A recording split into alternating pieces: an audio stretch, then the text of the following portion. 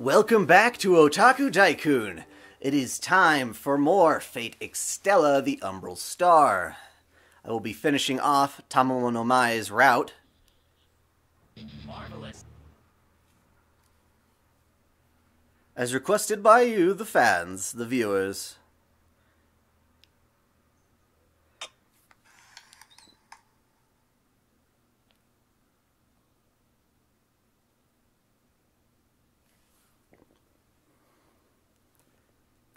I will say that from now on, I'm going to be posting my expected streams and times that I'm planning on doing them on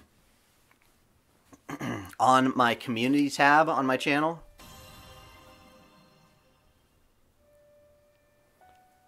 So this stream was announced yesterday, as well as has been bulletined on there, just in case you ever want to know.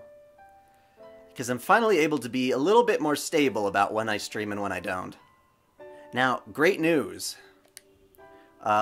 We have announcement for the Kara no Kyokai collaboration event for the, English release of Fate Grand Order. Sadly for me, it's at probably some of the worst timing possible.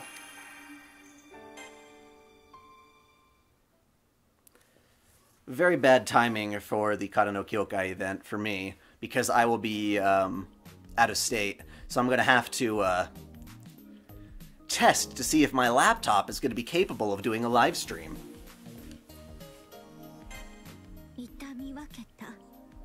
Your turtle drowned. That's very unfortunate.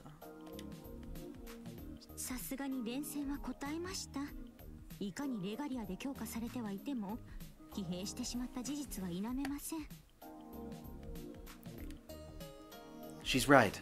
Altera is one severely powerful woman. And we were both winded to begin with after fighting Saber. It's a wonder we survived it all.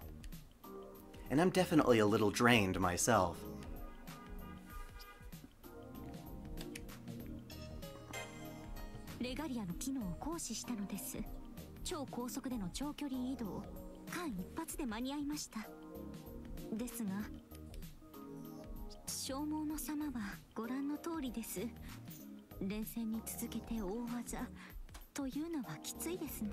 What's the meaning of life? What was it, like 42 or something?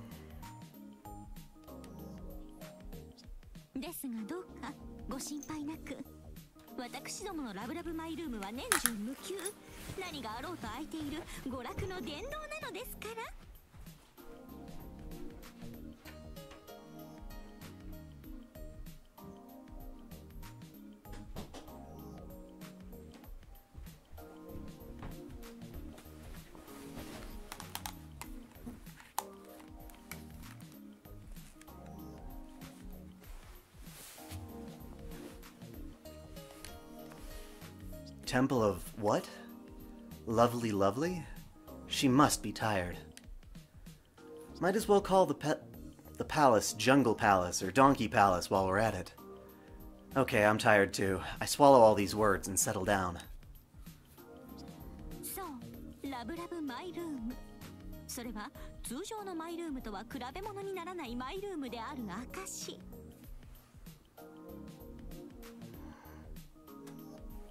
Yeah, they're just rushing us with events.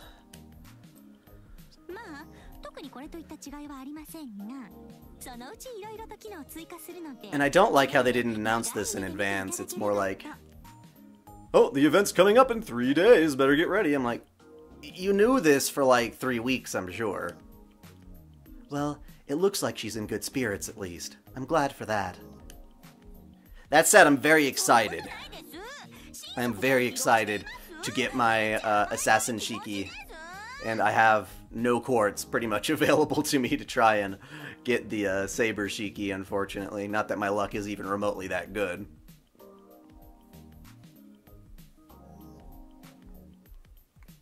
And yes, this game is worth it to me. I think it's very fun.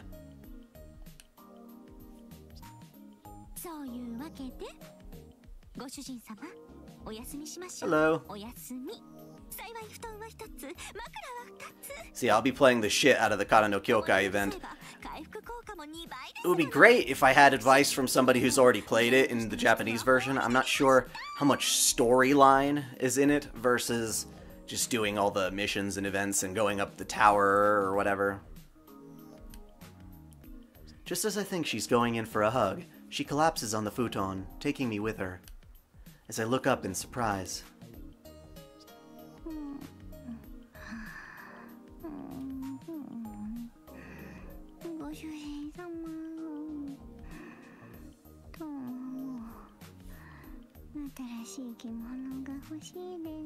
Looks like we're sleeping. She's fallen asleep so fast, it almost looks like she fainted. Carrying me all the way back here must have really taken a toll on her. As I caress her soft face, I close my eyes.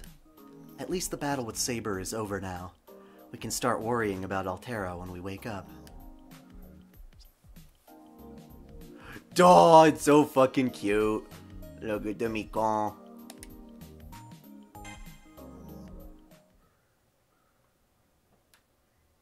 Void Shiki's not that great? Really? Well, I guess that's okay. I guess I want Assassin Shiki the most. That outfit, and I need an assassin on my team. I have no good assassins right now. Not ones that I care about that are waifu material.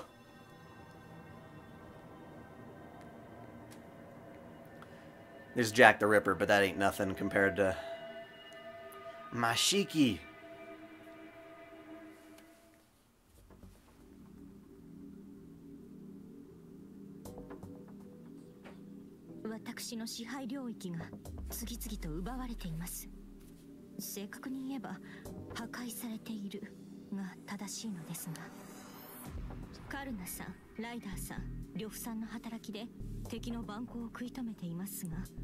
I think I said lovely, lovely. That's what Tamamo was saying earlier.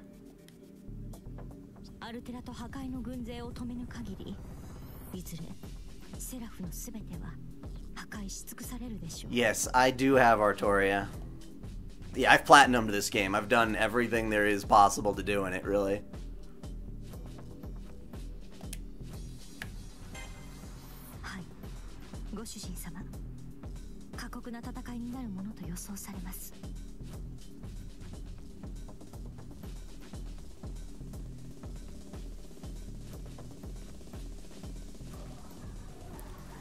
Well, I'm glad, because I'm gonna be taking Assassin Shiki with me to the top. She's gonna be my primary assassin, and a staple in my party.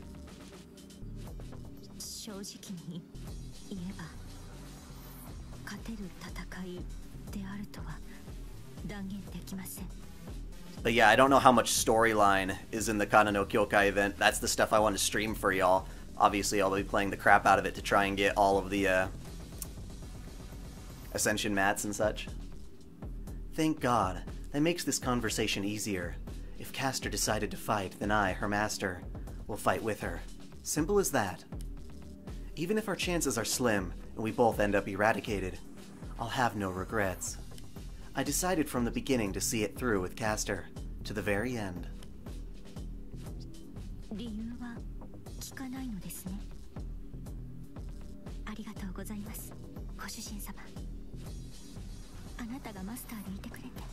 So far, the extra anime is really weird. I'll have to keep watching. I've seen the first episode so far.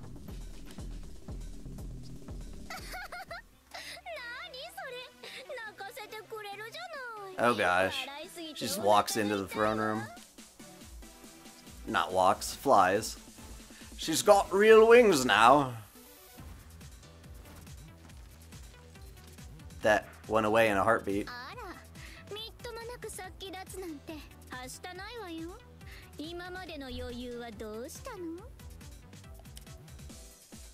Elizabeth Bathory appears before us, in her full Dark Eliza persona. This castle has powerful barriers posted everywhere, so storming in directly, let alone sneaking in undetected, is difficult to say the least, but she's done it. I thought Archimedes could just walk in here without a problem. I guess he still pretends he's everyone's friend. くれたわね。ありがとう、コリス。また間違えたらキュッと絞り殺して、その血、魔力全部飲み干しちゃうところよ。でも許すわ、特別に。名前も呼んでもらえたことだし。っていうのは冗談だけど。Throw me a bone.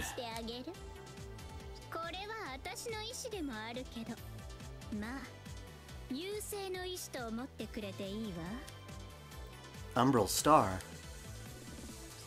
ほう、月にあって星とは洒落たことを言うようになったな、ことかげ。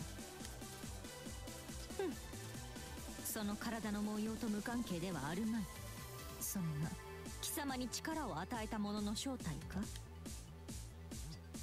さすが女王を名乗ることだけはあるわね。その通りよ。この文様。I was surprised to see that there's a bath scene in the second episode already. あなたを蹴落とすために受け入れた小さな優勢のかけらが私をここまで変貌させた。私がレガリアの負荷に耐えられたのも、レガリアを壊して純粋な魔力に変換できたのも、アルテラをセラフにもたらしたのも。I love Honey Pop. That game's pretty damn fun. It's one of the few puzzle games I can really get into. That and Catherine.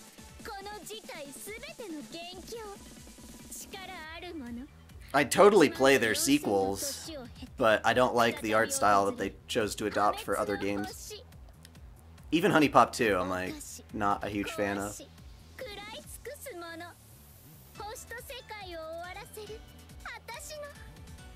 Veruba! For a split second, I think I see something. An illusion. No, a memory. An event that I witnessed, but that took place long ago. Something that carved a mark into the moon cell.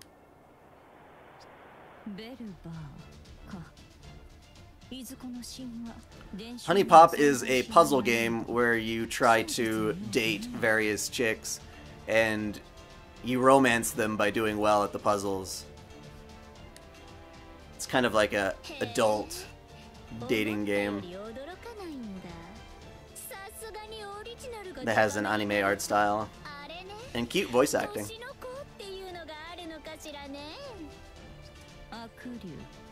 力を得たからとて調子に乗るな。その口縫い付けてくれようよ。やだ怖い。なんて嘘。恐怖するのはあなたたちの方だもの。あんたがどこの神霊の分霊だろうとね。神霊に由来する英霊っていうなら、むしろくっきり感じるんじゃないの？怖い怖い怖い怖い怖い怖い。自然ならざるものが。Yeah, except that the rules are more fun than Bejeweled's rules.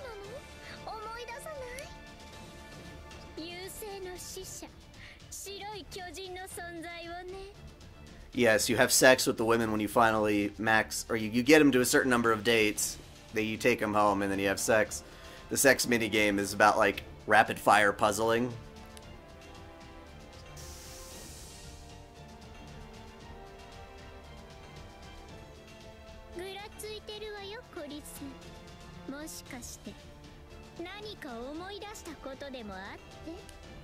She does look like a squirrel.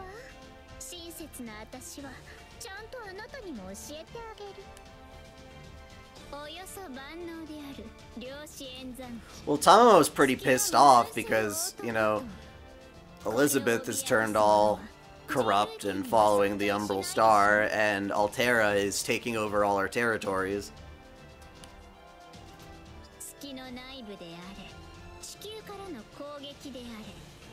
She must have just found out about all this stuff fairly recently.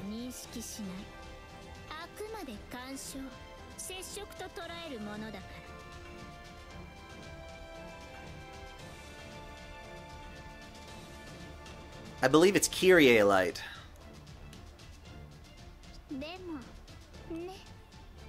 ムーンセルが唯一 Mashu Kyrie Light. ものがある。それが優勢。人類圏ならざる太陽系、銀河系にあらざる敵。つまり外宇宙から来たるもの。 It comes from space and it's an evil alien. あら、やっと思い出したかしら。そうよ、それそれ、まさにそれ。捕食優勢ベルバー。 Yeah, all this shit they're spouting about right now is almost exclusive to Fate Extra. 新エーテルに満ちた遥かな過去。1万と4000年前の地球にね。ムーンセルオートマトンは防衛だけで手いっぱい。月に刺さったトゲを抜くこともできず、ただ崩壊を待つだけだった。 Archimedes is a で douchebag. も本当の地獄は月じゃなくて地上にぶちまけられたのよ。 I'm glad we have to listen to this stuff from Elizabeth now instead of him.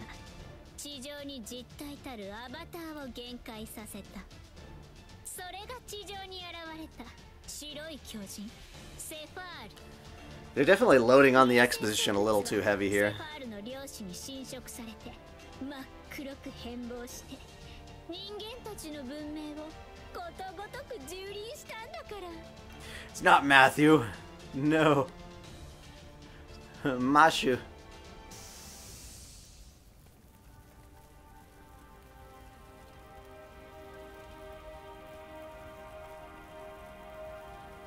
Rongo Minyad.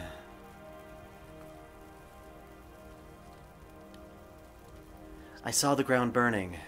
I see fire. Burning the mountains. I saw the world burning. I saw every inch, every corner, torn by pain and corruption. I felt the world's despair as the invaders spread and multiplied like cancer cells. The catastrophe destroyed all civilizations without clemency or judgment. The beasts of nature suffered horrible mutations, ran amok, and ultimately fell to ash.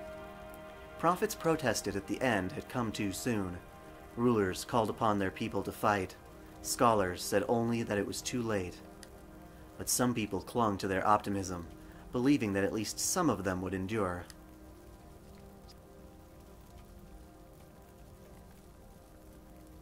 Well, yeah, he does a poor job as villain. He's kind of an idiot. Until the White Titan made its appearance. 誇張なんてしてないわよ。本当の話。14000年前、ベルバーによって地球の戦士文明は跡形もなく消滅した。 Yes, Charlemagne is in the new Fate Extra that's been announced. ムーンセルはそれまで蓄積したなゆたもの、あり得た可能性、数多くのイフの未来史さえ奪われたって。ムーンセルは怒ったでしょうね。感情なんてないから比喩だけど。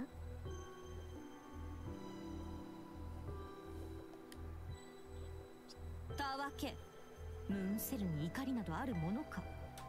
あれは管理の怪物。真っ先に打ち立てたものは次の来訪に備えての対策方針であろう。 You don't like Charlemagne? Why is that? 飲み込み早いじゃない。そういうことよ。要は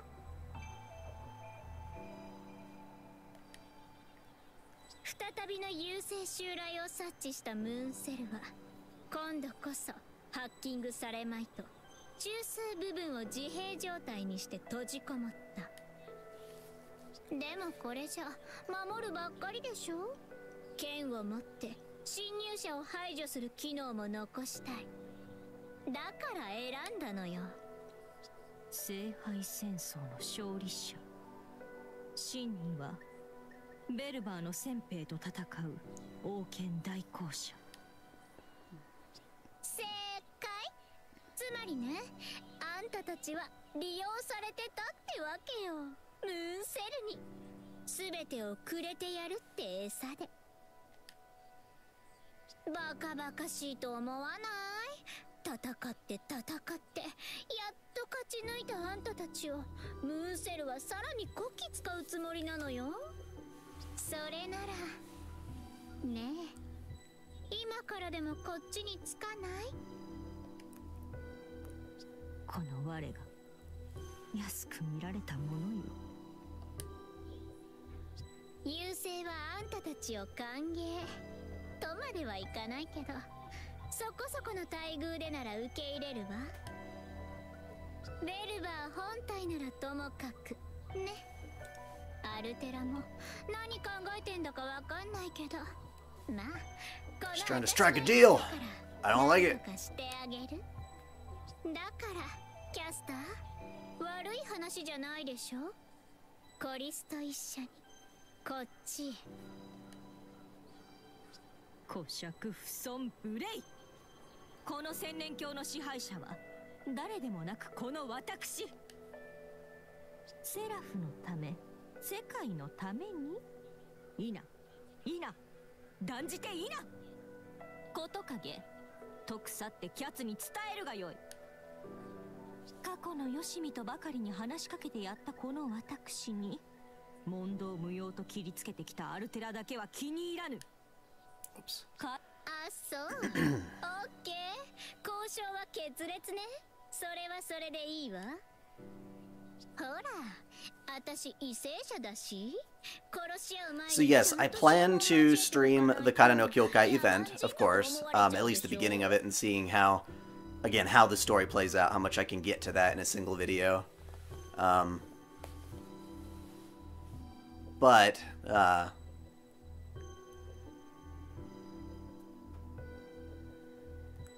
it'll have to be... Normally I would do it at like midnight. It would be like midnight tomorrow for me when it would be finally available. But in this case, it'll have to be the day after. So I'll try to keep y'all updated with the community tab on my channel. But do know I am planning one around that time. でもちょっとおかしくない？なんでアルテラを嫌うのよ、キャスター。あなたは反英雄。人間を滅ぼすか。That said, the world of humans kind of sucks on Earth. In Extra, world's pretty much apocalyptic. セラフがどうでもいいのなら、私たちと一緒にセラフも星も面白おかしく支配するのが普通なんじゃない？ええ、確かにあなたの言う通り。私も反英雄の一人。The Kata no Kyokai event for Fate Grand Order starts technically as soon as maintenance ends.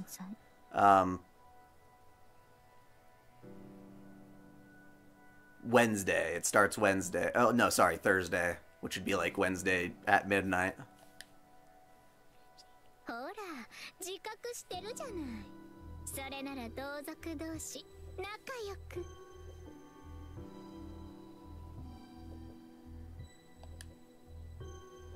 人間は人間同士、怪物は怪物同士で仲良く。おかしなトカゲですね。分かってませんね。あなた、反英雄とはいえ人間なのでしょ。怪物が人間を襲うのは好物だからです。美味しい、愛しい、温かい。いかな理由であれ、怪物は人に惹かれるもの。怪物が憎むものは人間ではありません。Reading Fate Apocrypha is very interesting after having seen the anime, because you get a lot of details from the anime that aren't in the light novel, and the light novel gives you a lot of details that aren't in the anime, so both of them are kind of incomplete without each other in a way. Look at them legs, they're so shiny.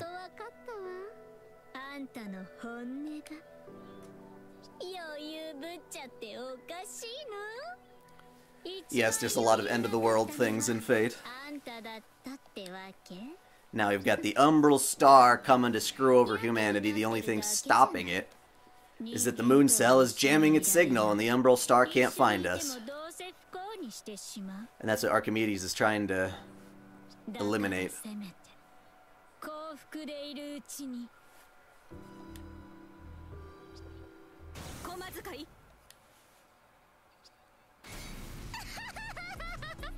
図星みたいね。ものの見事にスカウト失敗。結果的にはミッションクリア。 What? Mission clear. 楽しかったわキャスター。 MC はここまで。あとは本番をやるだけよ。半英雄の先輩として敬意を持って殺してあげる。虫のように滅びなさい。古い生き物たちと同じように。 God, Elizabeth can be surprisingly vicious. Obviously for what she becomes.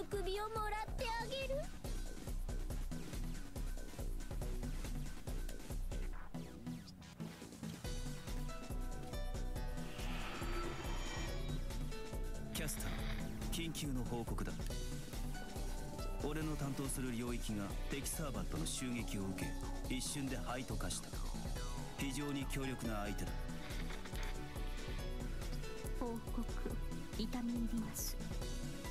時にあなたの身はご無事ですか、触覚殿。俺個人であれば問題はない。だが重ねて言おう。敵は強力だ。ただ進むだけであらゆるものを怪人に帰している。九段の破壊の軍勢を引き連れ、敵サーバントは古代神殿領域へと陣を敷いている。あれを倒さねばそちらに戦火が及ぶのは必定だ。一騎打ちであれば相打ちの目もあるが、現状の戦力ではそれも及ぶまい。施しの英雄にそこまで言わせるか。破格の英霊がアルテラの側にあるようじゃな。 I do? Well, thank you very much. 族の神命。 You flatter me so. なれば告げよ、その名。我自ら討伐してくれん。敬意を持って告げよう。敵は古代メソポタミアをすべた原種の男、英雄王ギルガメッシュ。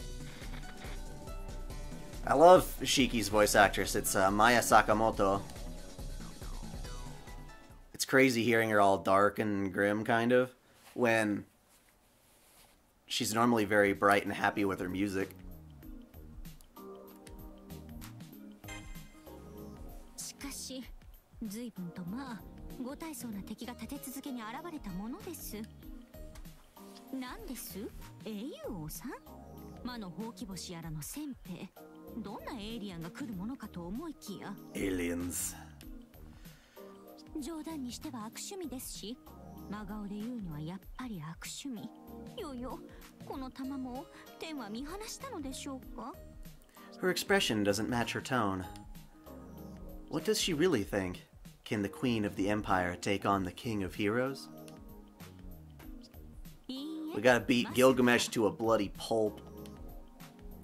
こたびの霊格、霊気で言えば無体極まる相手ですが、私にはとっておきがございます。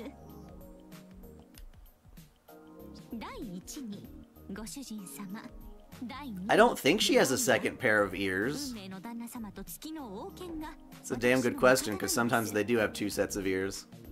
負ける道理はありません。たとえ規格外の英雄であろうともです。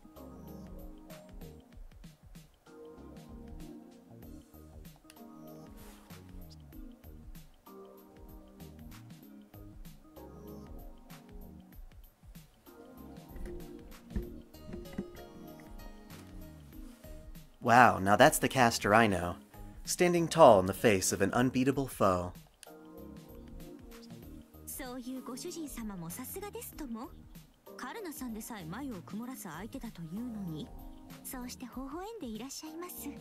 Oh yeah, the History Channel meme. And that's... 微笑むのは私の前だから。 Hello. なんという不意打ちのごとき切り返し。出陣前に別のやる気が湧いてきてしまいます。でもさすがにもう時間もないし。 What's my favorite servant class? Obviously Saber. I'm a very simple person. こたびの Most of my favorite servants are in that class. 気持ちをきちっと切り替えてですね。ご主人様、戦場での戸惑いがなくなるよう他にお尋ねになりたいことはありますか？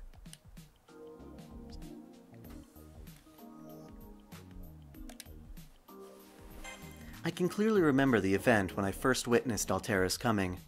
Judging by Castor's words, she may have recognized her, at least to some degree. If she does know something, I'd like to know too. アルテラですか。あれは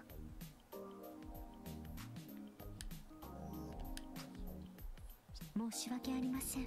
ご主人様。 Look at those sad fox eyes. She needs a hug. She needs a pet. To battle! What kind of traps are we gonna face? We got ice. Is it just ice everywhere? Okay, fine. I'll put on a ice code cast.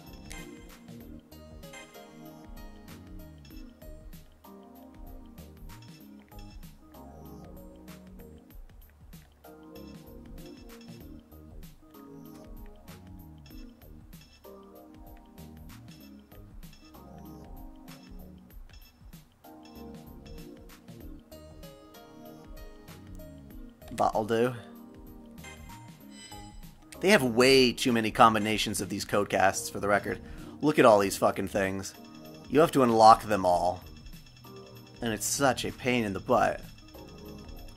In order to get platinum. It involves you playing every single mission on every single difficulty.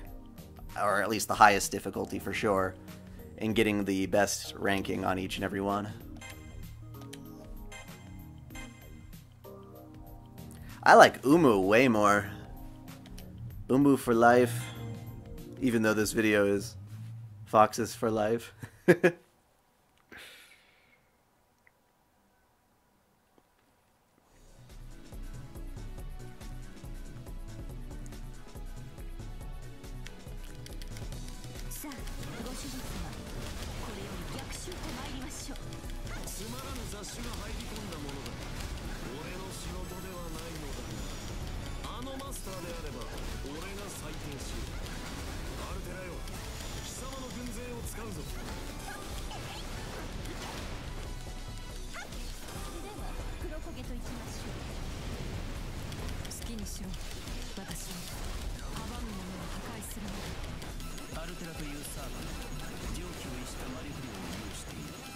Cut it out, Gilgamesh!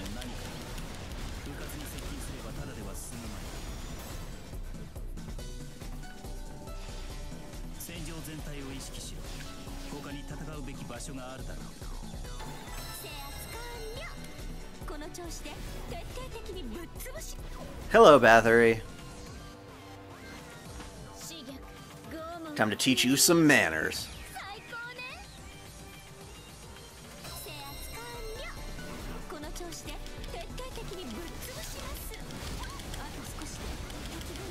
Damn it, I'm poisoned.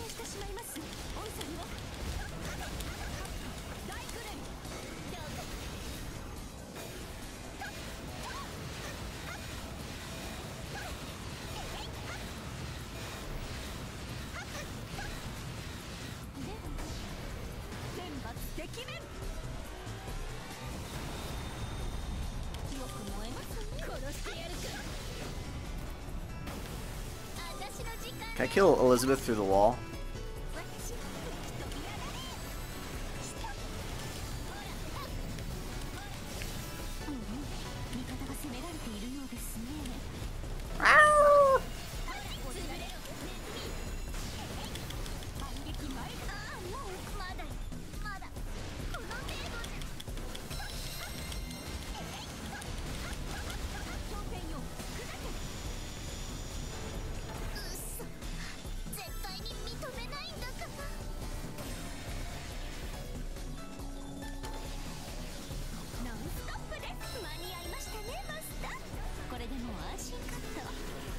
No, you damn plant.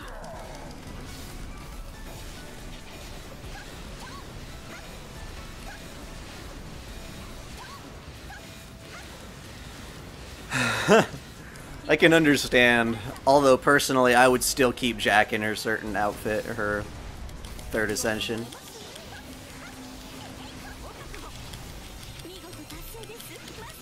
I don't really care for lollies either, but I do like that outfit.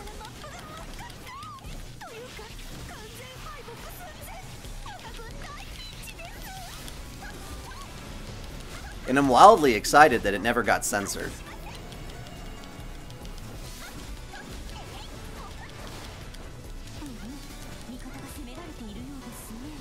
This is all fiction. I don't think anyone needs to be on a moral high horse for it.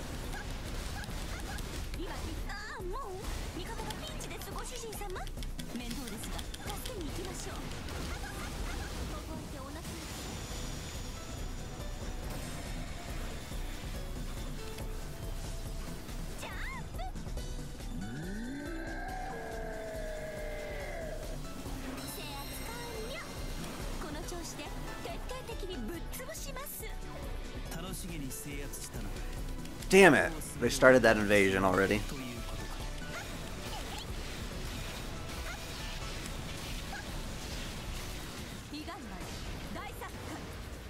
Rolling around at the speed of sound. Got places to go, gotta follow my rainbow.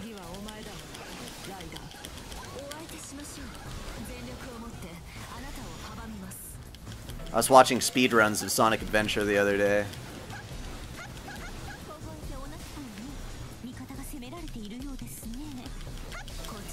Speedruns are so damn entertaining.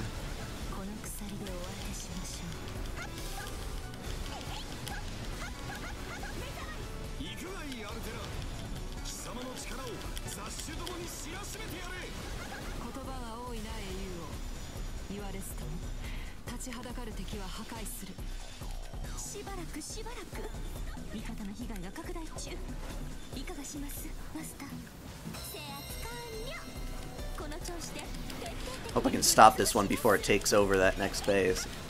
It's like everything I have right now is being invaded.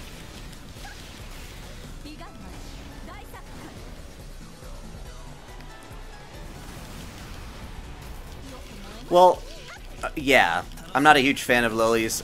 I like the outfit. I wish Jack the Ripper were older. I really do, because then it would be a lot less awkward.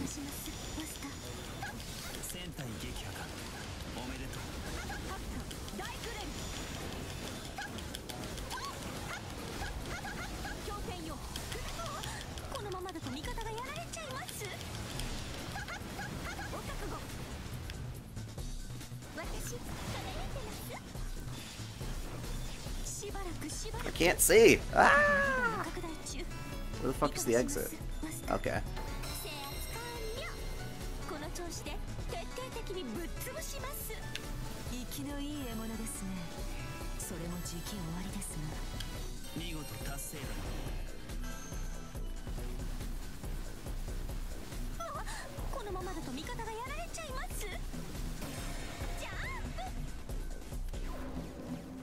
Stop taking over everything!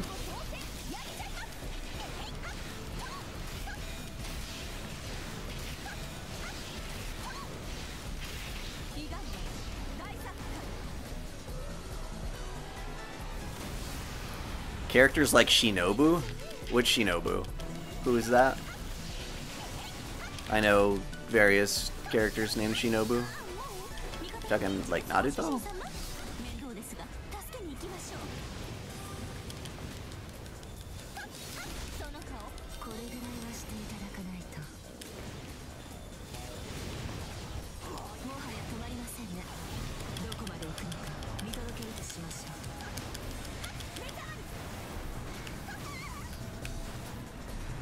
These are probably my least favorite enemies in the whole game.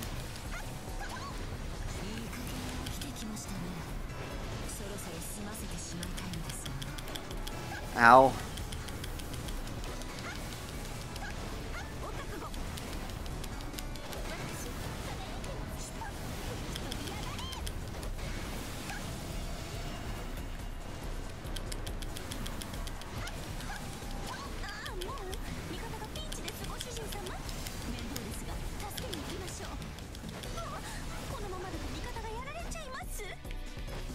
There you go, that definitely helped out my cause.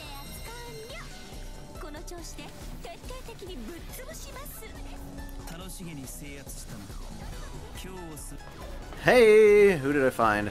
I found Altera. Oh geez.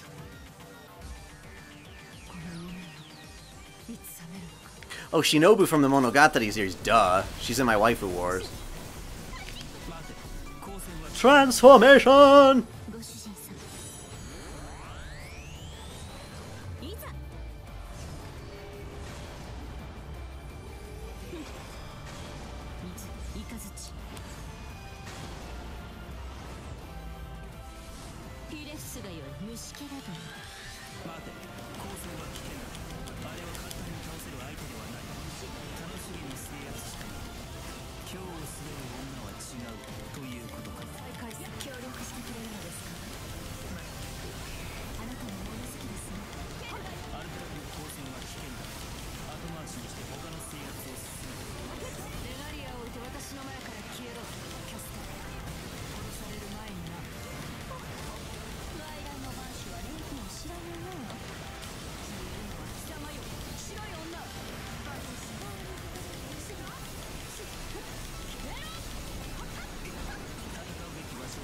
Alright, I probably shouldn't waste time with Altera. Gotta take out whatever's here. And that would be Jeanne.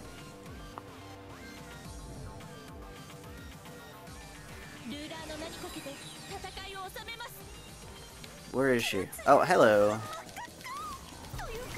Hello, Jeanne. Ow, you son of a bitch.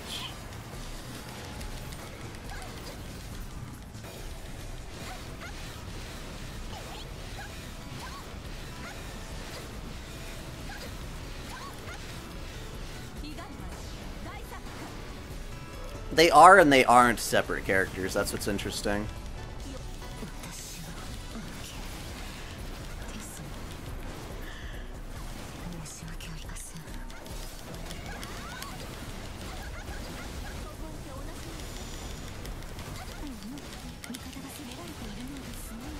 Ice, ice, baby.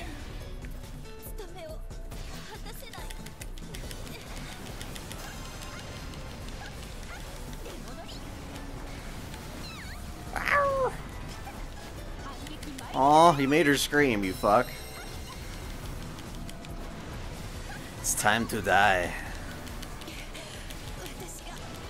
Woo! Come here, Mon.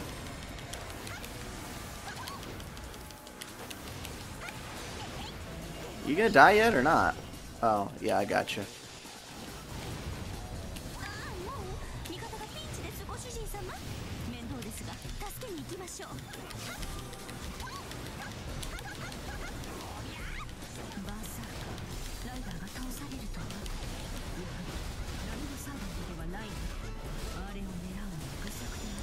Yes, I love Araragi / Senjo Gahara.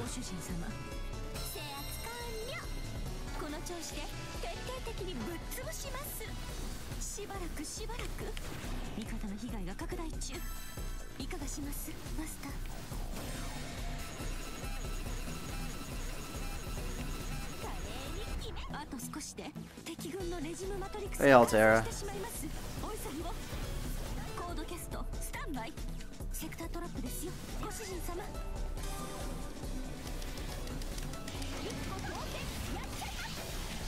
Hello.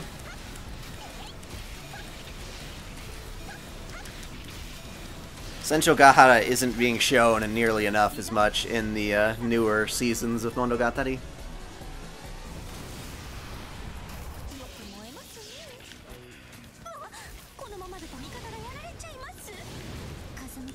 Another problem here is it's hard to feel like you have very much interaction with your officers. It's mostly just you kicking ass all on your own work. But I would much rather see the ability for you to command your own officers to defend certain territories or to go after certain plants, so it's not all just you doing all the busy work.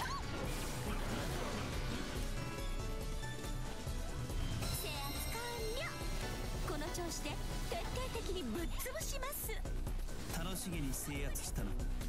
今日を滑る女は違う。ご主人様。 I know that's Stella.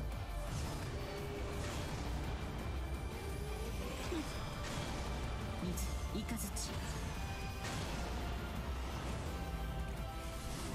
ヒレフスがよい虫キャラだ。楽しげに制圧した。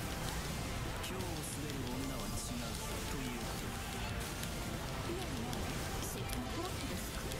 コードテスト足りてます？いや、このままだと味方がやられちゃいます。素晴らしい戦果だ。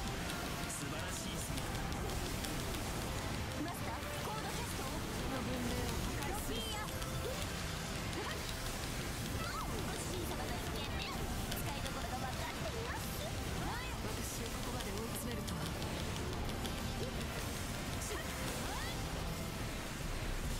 軽いな。無視参ります。カチッときました。飛べ参ります。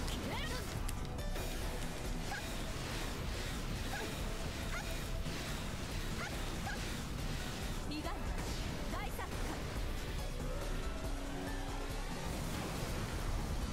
戦。よく燃えます。 Get out of here, Altera. いいですね。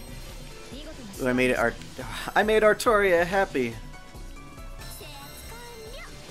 この調子で徹底的にぶっ Now I'm gonna finish this by conquering this territory. 今日を滑る女は違うということか。撤退する。神装甲の私にご無体なと思っていましたが、なんとか退けましたよ、ご主人様。手に汗を握る死闘だった。だが見事だ。見直したぞキャスター。強戦よ、砕け。ああ、もう味方がピンチです、ご主人様。面倒ですが助けに行きましょう。大クレイ。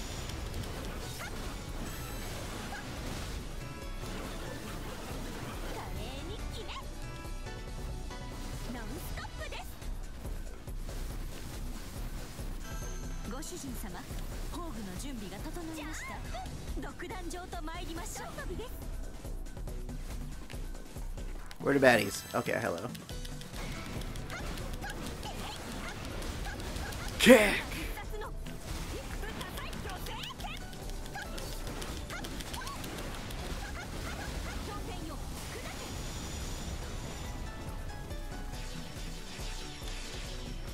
制圧完了。この調子で徹底的にぶっ潰します。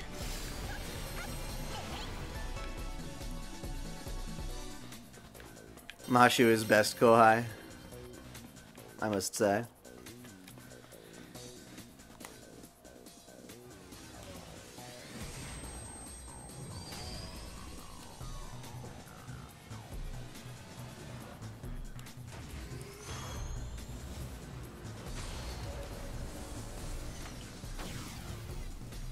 Into the portal! That's weird, this one's a portal mission, but they actually give you 3 phantasm circuits. ノンストップです。華麗に決め。ポータルへ向かうがいい。決着だ。よくぞここまでたどり着いた。では裁定を始めると。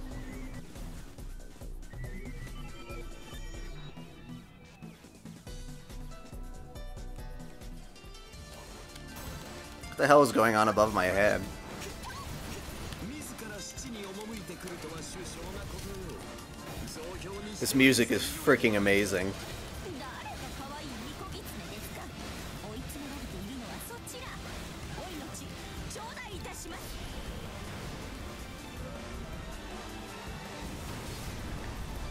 I didn't do jack shit. なんとマリコ。今のやつは危険だ。注意しろ。出雲に神あり、真理確かに、たまに息吹を。山河水天にアマテラス、これ自在にしてみそぎの証。神宝羽化の鏡なり。八根上来。第二章。 I'm gonna smack you with the sun. It's still not gonna kill you. 呪術で俺に傷をつけた。王への不敬、死して詫びよ。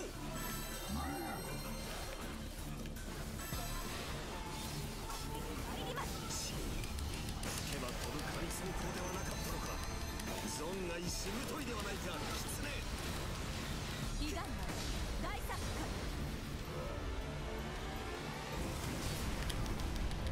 知れ者がその狼藉死をもって Oh, I pissed him off. Ow.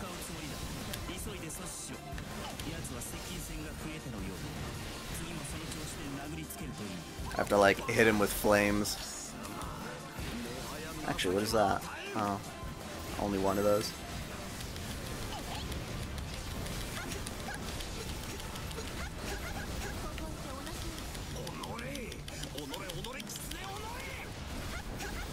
Kick the shit out of Gilgamesh.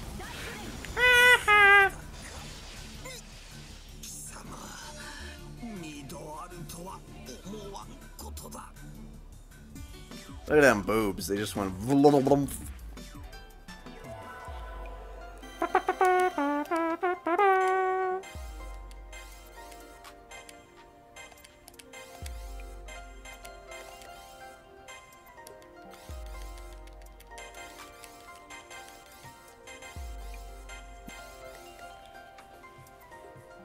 Otsukaresama deshita.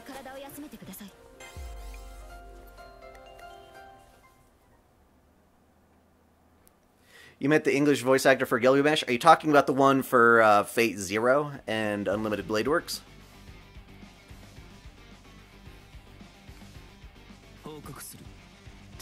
Forgive me for what? Oh, for beating up Gilga?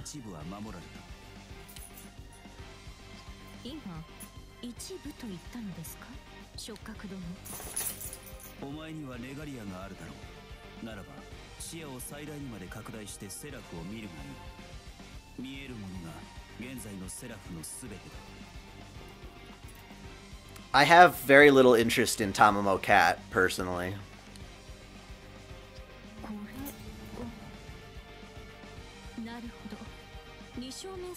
In terms of, yeah, reading Tosaka all the way. No questions asked.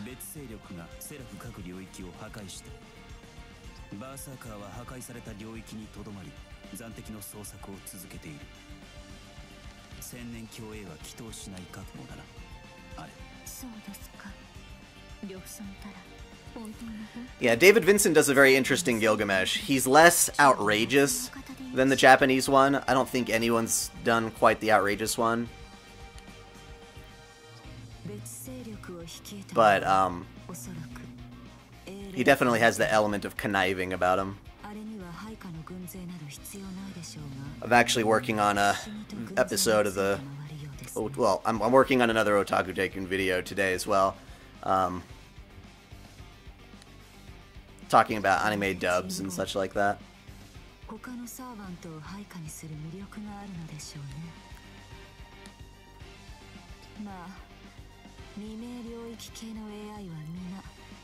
I think it'd be cool to meet Carrie Walgren.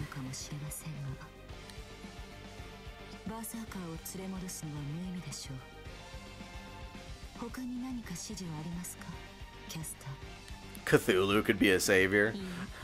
Why?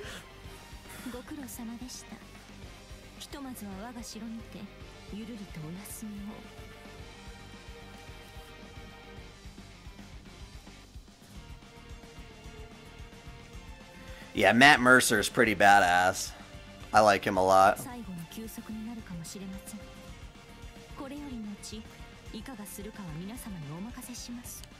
Whoops.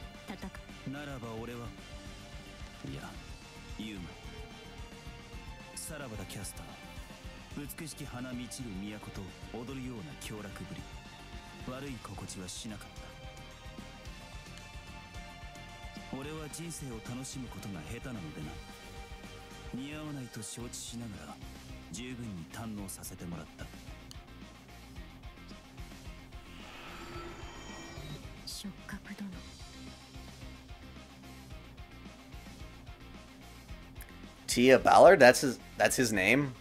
Sounds kind of like a girl's name. I'm surprised. He's very good at playing these very manly men. Who's my waifu servant? Artoria. 100%. ただ想像していたよりもあなたはマシでしたよ。セラフを混乱させるのはあなたかと思っていました。 Cthulhu as a ruler would command people. ですが何です？いい、マスターに恵まれたのはいいことでしょう。さようなら青のキャスター。くれぐれも怪物になどならないよ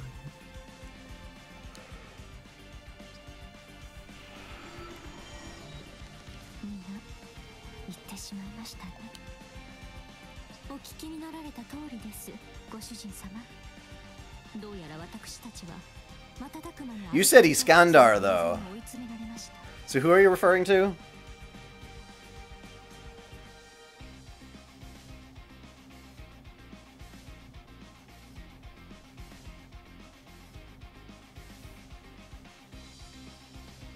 I know. Grand Order is getting crazy, especially if you're trying to play the Japanese version too. ですが、心配することなどありはしません。ご主人様の身は必ずや私がお守りいたします。 I actually don't know enough about Cthulhu. もはや我が帝国と大口を叩くことはなく、これより先は孫うことなきレジスタンス、破壊によってセラフを支配するかの者らにせいぜい知らしめてやるとしましょう。三が水天にアマテラス、私とあなたの輝きが曇ることは決してないのだと。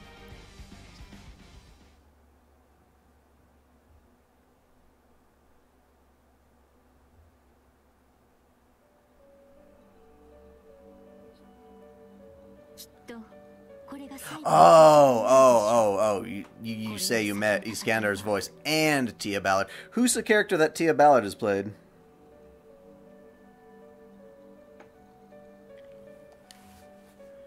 Elizabeth の言葉を借りれば、優勢の勢力、その本拠である未明領域での戦いとなりますから、この部屋に戻ることは叶いません。ですからどうか。 英気を養ってくださいませ。もしくはご主人様がそう望むのであれば、戦いから離れることも。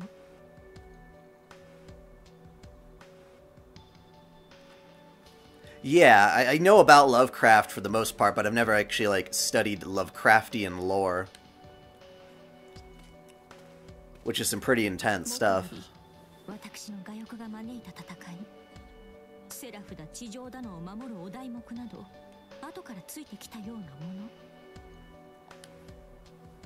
世界を Yeah, I bet you if you mention a couple characters, they'll be like, "Oh, that one." ただアルテラのありようが気に入らないのです。どうしようもないほどに、耐えきれぬほど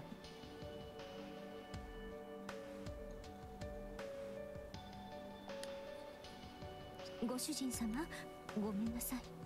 どうやら私は終始こんな調子ですので、愛想をつかされたならそうおっしゃってください。私、承知しました。それではさようならと言おうとするのを試すぐらいはできますから。少しだけ泣いてしまうかもしれませんけど。Oh. Hearing her modest words, I managed to smile. Not out of amusement, but out of affection. Here she is, the queen of the Millennium Capital, and I finally see her softer side. Aside from this place, everything she had is shattered now, and all the glory she thought she had is gone. Under the weight of all that, she finally says it. Her show of courage, and she tries so hard to be the perfect wife, is everything I could hope for in one. At the same time, I know there are still things she's holding back. I think there's something she's ashamed of, something she can't express yet. And that's a bigger issue than the Umbral Star, even if it's hard to put all into words. All I have to go on, as far as that goes, are vague feelings and subtle gestures. Like the way she closed her eyes in apology. Regardless of all that, I should let her know where I stand. I may be the soul of Sarah Ezekiah, and maybe there's more going on than I understand, but I've known from the start that I'll stay with Castor until the very end.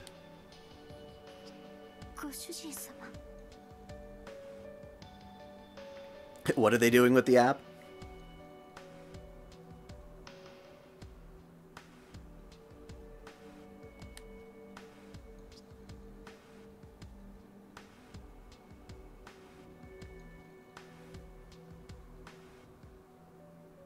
I've already had a video talking about what I consider to be some pretty awful, horrendous dubs. It's like my anime dubbed nightmares video. That one's pretty old. But this one's actually going to be talking about dubs that I like.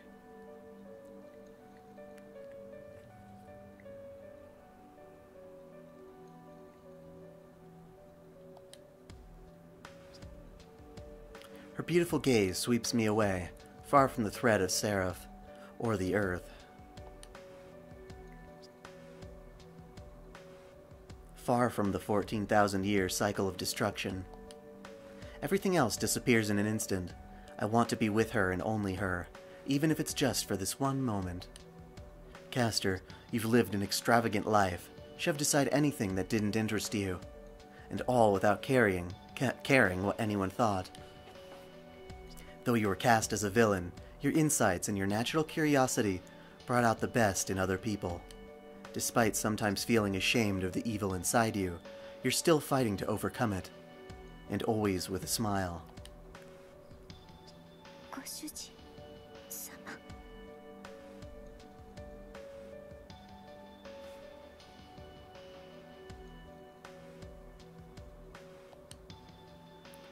The instant she whispers, I feel like my body is falling away.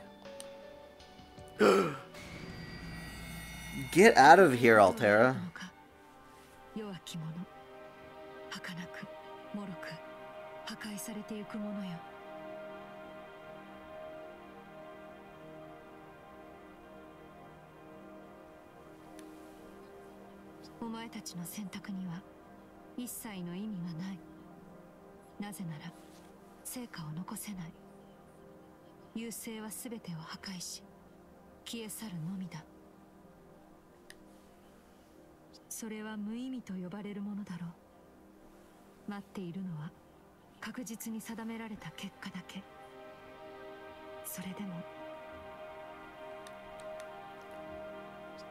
Yes, I'm gonna fight you, Altera. Chill.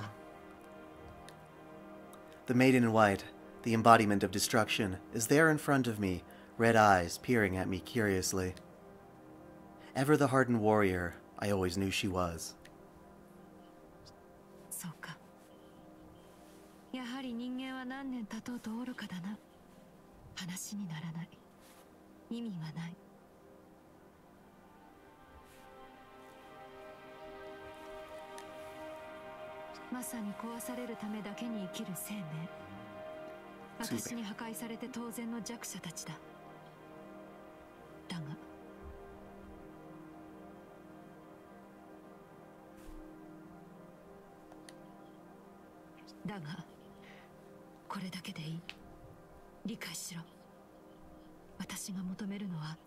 Yes, the Regalia has the ability to deactivate the gemming device inside the moon cell that's keeping the Umbral Star from killing folk.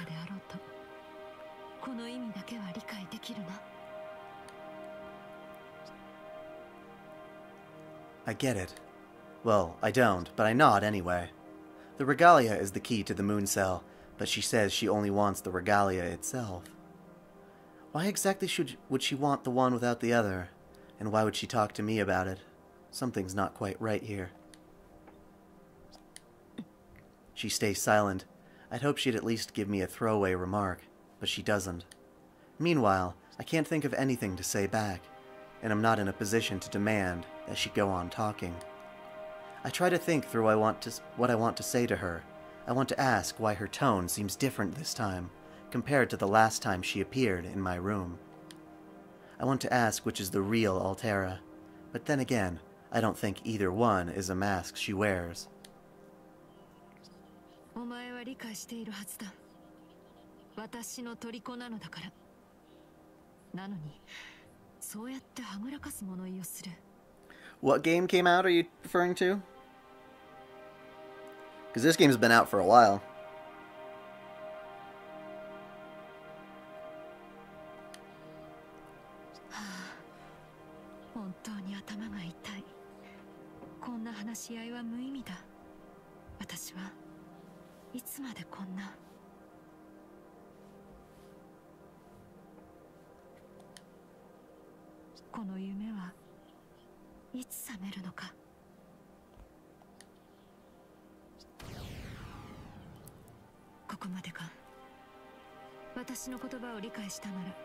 Be my queen!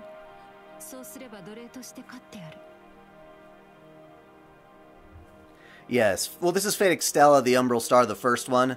The one that they're talking about right now is Fate Extella Link, the sequel. That hasn't come out yet.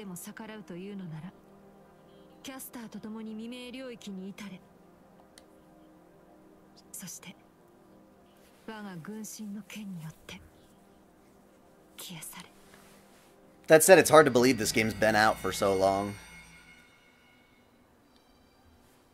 Another dizzy spell. When I open my eyes, the maiden in white is gone. In her place is Castor, shaking her head. Her face is closer to mine than last time. I must have made her worry. Of course I made her worry. I think I was catatonic just now. I summarize what happened. Altera apparently came to ask us to surrender. If we hand over the regalia and renounce our will to fight, she implied she might spare us. Maybe, theoretically, we could negotiate with her, but even so, the end result would be the same. She said as much herself. Seraph and Earth would both die. So what would that mean for us? Would we buy a little more time for ourselves before we followed everyone else into oblivion? Or maybe she'd invite us to side with the Umbral Star and follow it around the galaxy while it eats other civilizations. Wait, why am I even thinking about this? Sarah Ezekia's mind would definitely reject that offer in a heartbeat, and so would I, because no matter how you look at it, it sounds unpleasant to say the least.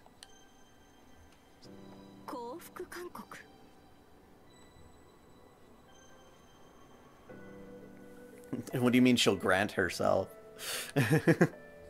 レガリアが欲しいと、そう言ったのですね。あのアルテラとかいう女。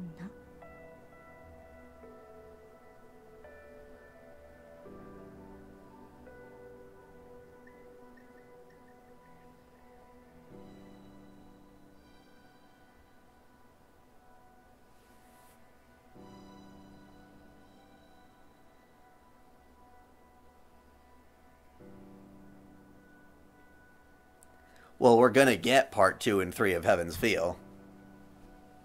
Can't judge it on just the one part alone. ご主人様にも問題があるんです。そんな風に。押し黙ってじっと見つめて。お分かりでないなら言って差し上げます。ご主人様、あなたは人類史始まって以来の誘い受け玉に間違いなしぐです。あ、もう何ですか。幸福韓国だと思う？やっぱり色気に当てられてるじゃないですか。 Don't worry, Tamamo, chill. Oh! Before I can even answer that, she pounces on me. I don't even have time to question who's drawing in who. Speaking of time, this isn't exactly the most opportune moment. Or maybe it is.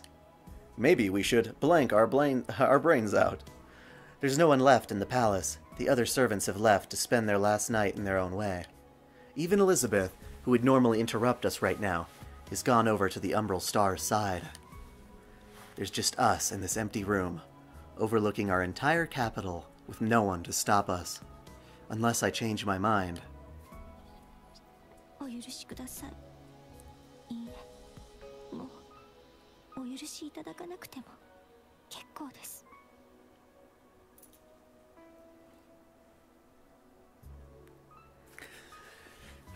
George Washington's one of those characters that's, if you tried to make him female, do a gender bend, I just wouldn't, I wouldn't go for that at all. And it's not because I'm American. Do whatever you want to the historical figures, but it's like Paul Bunyan. Seriously, Paul Bunyan, a chick.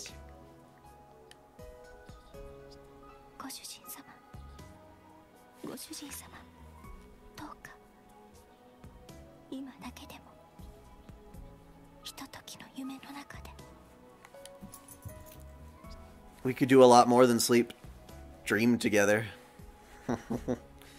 Sleep has multiple connotations.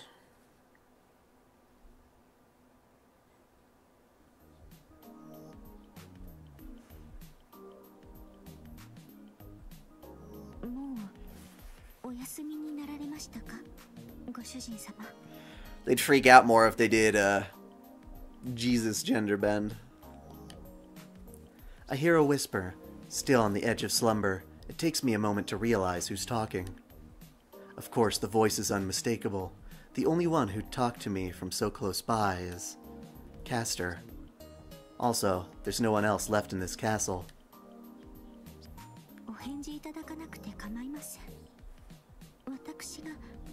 Hey, Paul Bunyan is adorable. Without context. That's a very funny sentence.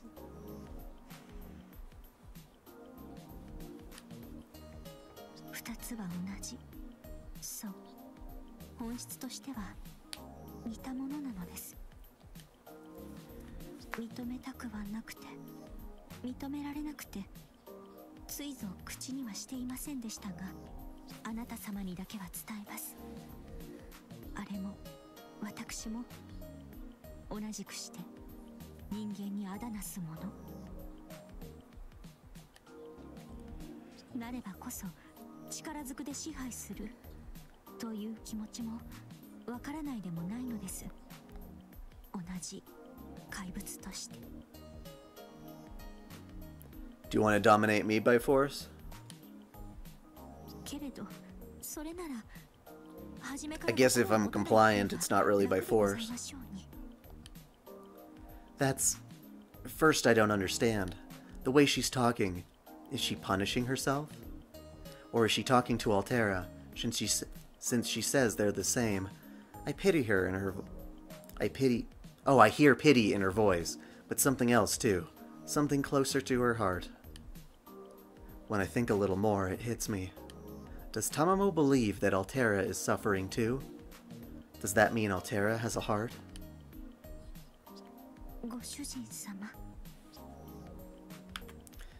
I hear you.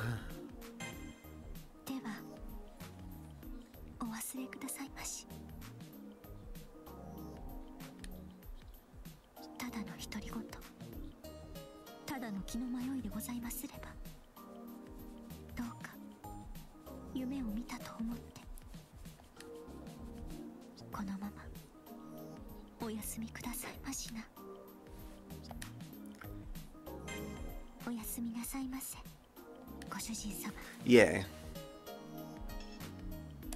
How many times do I have to rest before I get to fight?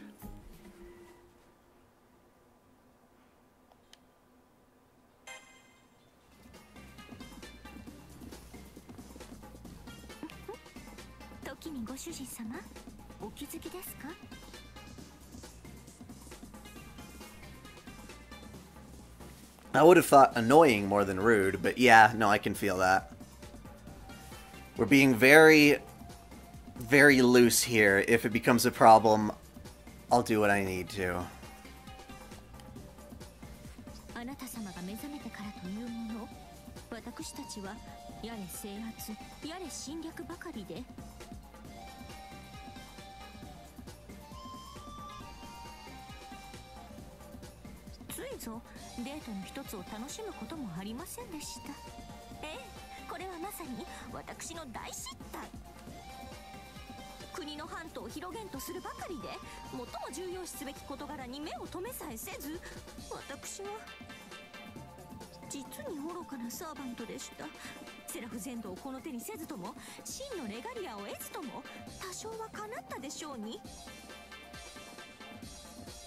し訳ありません。ご主人様、このような時とはいえ、こんな即席のデートコースでI think you can perfectly easily do a mana transfer between two women. I know we talk about having like a mage's sperm and all that, but I think it's more so like the intimacy there that works with the mana transfers. But I could be wrong.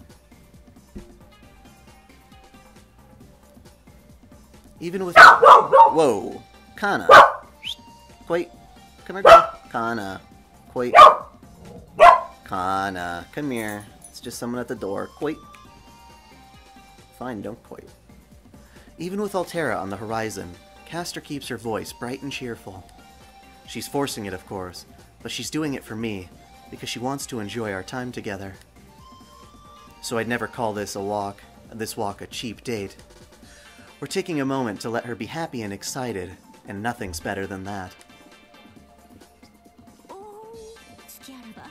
Explosive, sexy soul power.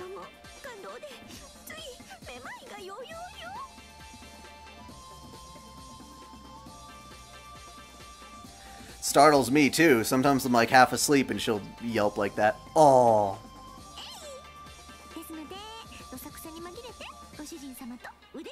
That's adorable.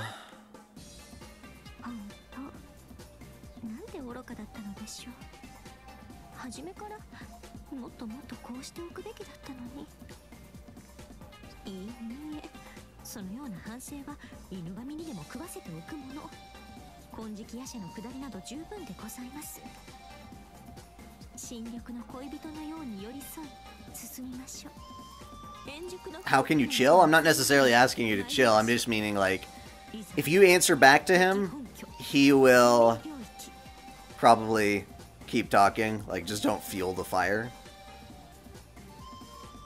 What kind of dog do I have? She is a Corgi mix. She's adorable. And she's actually, contrary to what it might sound like, she's actually very well behaved. The only time she ever does bark is when she thinks people are coming to the door and she's trying to be a little defender.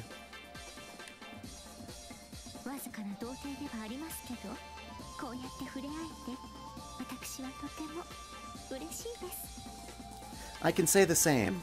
I can feel her warmth and softness on my arm. I don't care how far we make it. Let's head out there together, into the Zero Dark. The Zero Dark? Now that I think about it, Castor makes it sound obvious, but how exactly are we getting there? Is this someplace we can just walk to?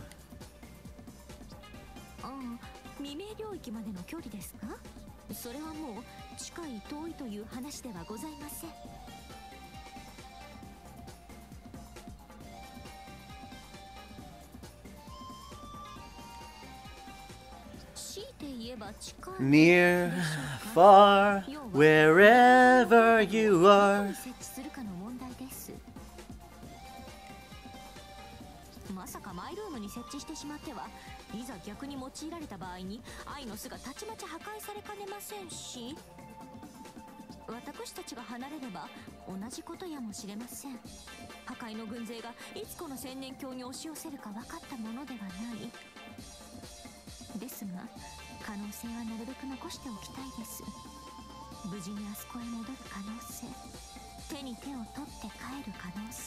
Yes, enough about the debate on spoilers.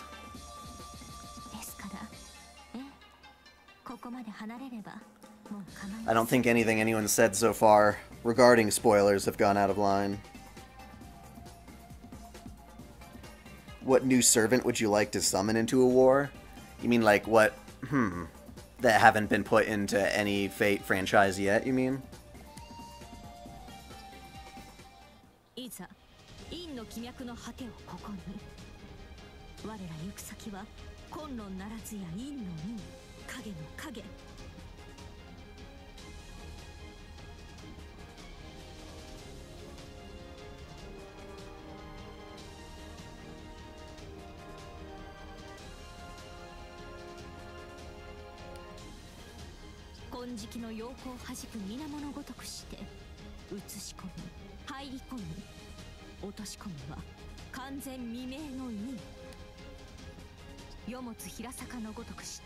彼岸の果てへ向かうは根の国ならず、星の雫にうがたれし月の影。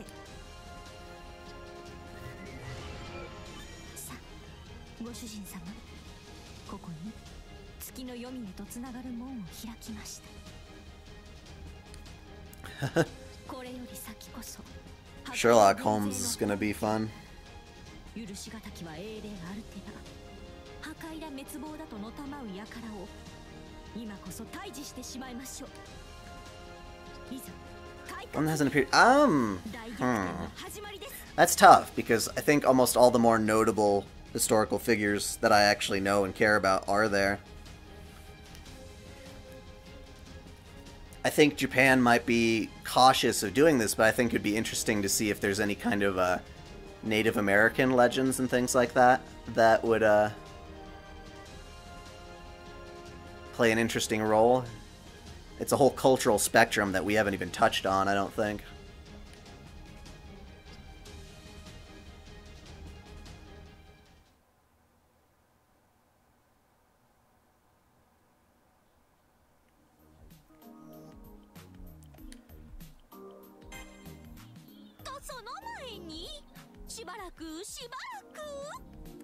I don't get why so many people want to...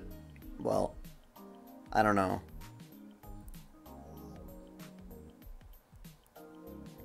Everyone finds themselves compelled to comment on Stella. I don't get it. Even people I didn't think even knew her.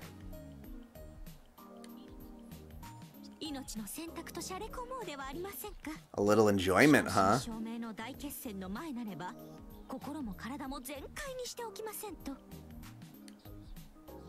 正直に申し上げまして、敵は大敵。今はなき月の聖杯戦争の歴史を紐解いても最強の部類ではないかと。That almost feels surreal, but if Castor says so, it must be true. If you don't know, that's totally fine. I don't doubt her, and I don't plan on giving up. This wouldn't be the first time we've done the impossible together. Just look at our fight with Gilgamesh. So I won't lose hope now. Let's stand up and strike back, I say. はい、私も覚悟を決めてますとも。ミコッと勝って勝利の宴と参りましょう。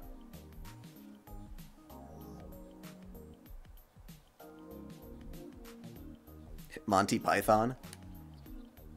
六畳一間でも構いません。ささやかでも二人でいれば何よりの華やぎ。中天の Well, that's easy. They need to do a Tsukihime crossover. They've got a whole freaking franchise, Mahotsukai no Yoru and Tsukihime, that are pretty much being ignored. Heaven's rays, the sun. I used to wonder if the sun might be Castor's true form, or perhaps her ancestor, but maybe the sun is the origin from which Tamamo no Mae incarnates. Amaterasu, the goddess of the sun, could that make her a match for Velber? I know it's not that easy of a question. It's not as easy as one might think for her to transform at will and use her full power. But it does make me wonder, can God stand a chance against the Umbral star? どうでしょう。特にアルテラは世界に対して特攻を持っているようですし、となれば世界の具現にして概念たる神霊にも当然のように有利ではあるのでしょう。Yes, Jean is a very bad ruler as far as trying to remain impartial. However, you can argue that in Apocrypha, the whole point of one of her jobs is to prevent magecraft from, or the Holy Grail War, from being anything more than just a Holy Grail War. So if somebody were to use the Grail to, in this case, become savior of all humanity, or materialize the soul, or whatever crazy process you want to think of it as, it's kind of her job to stop that, because it's not following the rules. 地球あっての神霊かなわけですが、それでも地球の外、空に属する大異霊、優勢に格負けはしておりません。でも Man, people really do not like Sieg. I think he's kind of cool. He's this character who literally comes out of this glass tank, like, mostly dead in a weak body, and survives due to the, you know, the pity and the gifts that other people give to him, knowing it's not his fault, that he was created to suffer and be a tool, that he stands up for himself and helps liberate his fellow homunculi.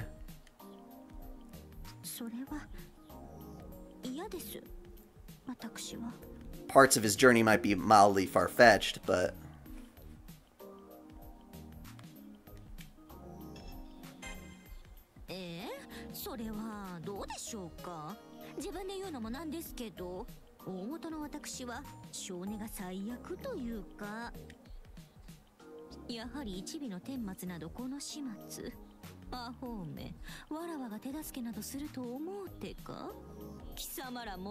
Yeah, Thor would be good because we already have Thor's hammer, Mjolnir, or whatever I think it is, being part of the Prisma Ilia universe, at least a bit.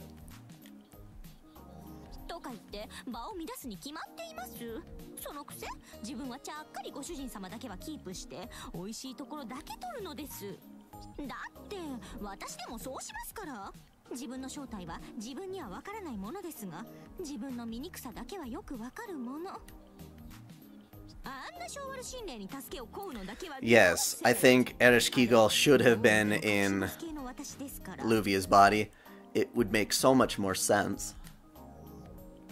I see. I don't quite understand all of that, but if Castor is willing to say that much, it's best to leave the matter alone. Finally, the battle.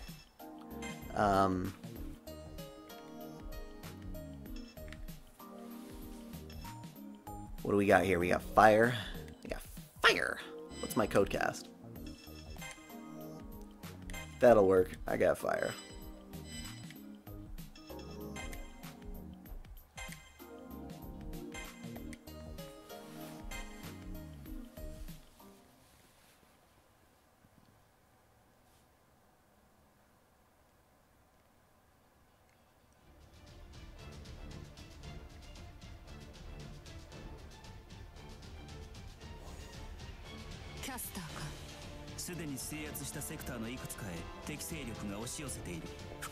Oh, wait, whoops, just started. I'm so used to the cutscenes, now I can finally play. Maybe I should go to the right. Yeah, I'm gonna do what they want me to do there.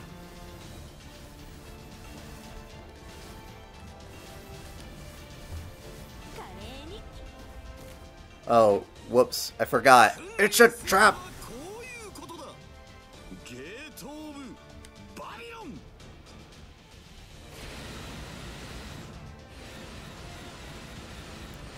Yeah, I know, she's not Thor.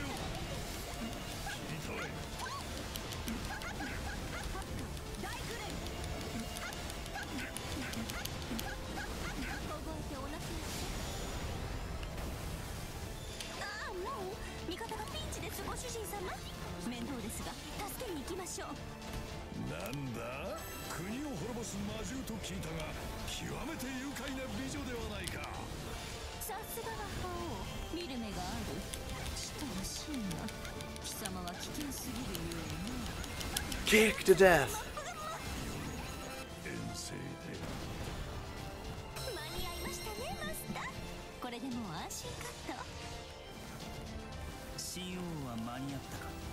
さすがだな。しくじったわ。我が波動をここについえるか。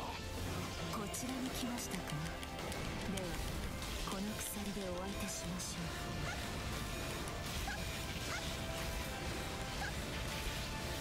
う。意外な大作家。 I think it might be interesting to have Odysseus as a servant. しばらく味方の被害が拡大中。いかがします、マスター。風向きが怪しくなってまいりました。救援言っときます。このままだと味方がやられちゃいます。着実な一歩。これでいくらか戦況は好転する。よくやった。プラントを破壊した。敵の進行が弱まったぞ。500体撃破か。おめでとう。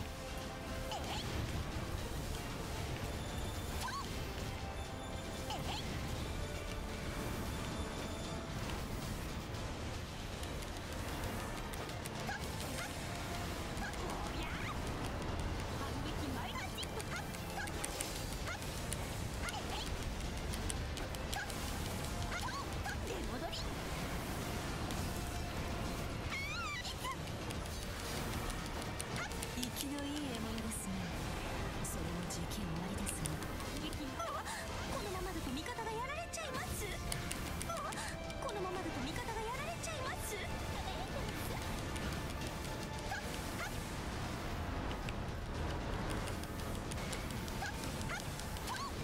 目障り。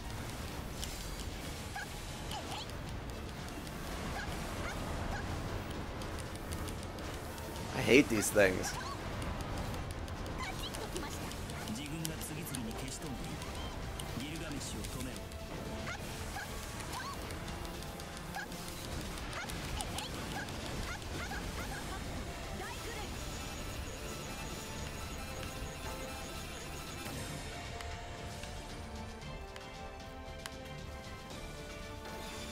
制圧完了。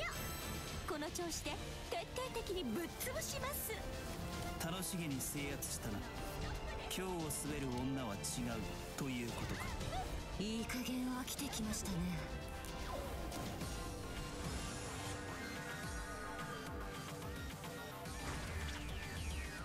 王に歯向かう不敬者がここまで多い。 Hey, Gilga. It's time for you to die. そろそろ済ませてしまいたいのですが、勝とうが負けようが構わないのですが、こうなっては勝つしかありませんね。これはまた物好きな心霊よな。何を企んでいる狐。決まっています。ご主人様の妻になること以外ありません。戦隊撃破とは。あ、いえ失礼。思わず見とれてしまった。反撃参ります。拠点よ砕け。喜べ褒美だ。やるではない。なんで野生犬にも牙はあったか。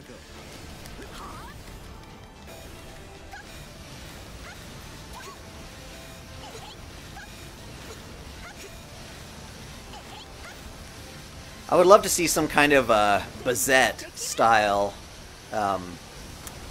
pseudo servant.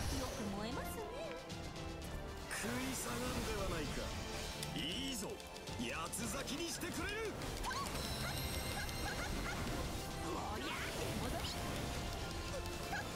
少しばかり猶予をやろう。一時の命ありがたく思えよ。あと少しで敵軍のレジムマトリクスが完成してしまいます。お急ぎを。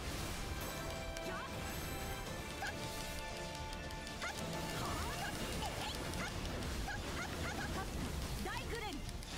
ああ、もう味方がピンチです。ご主人様、面倒ですが助けに行きましょう。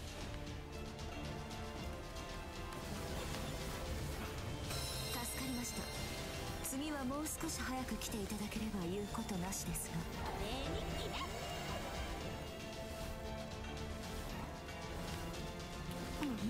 味方が攻められているようですね。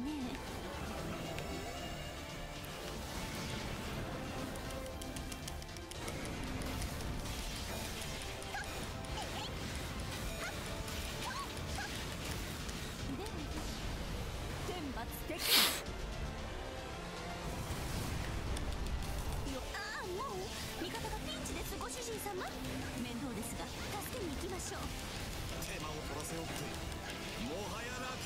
まると思え。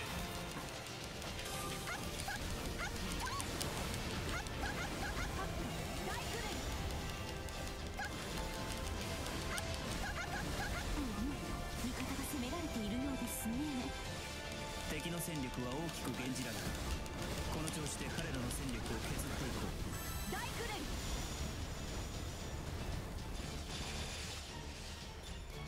制圧完了。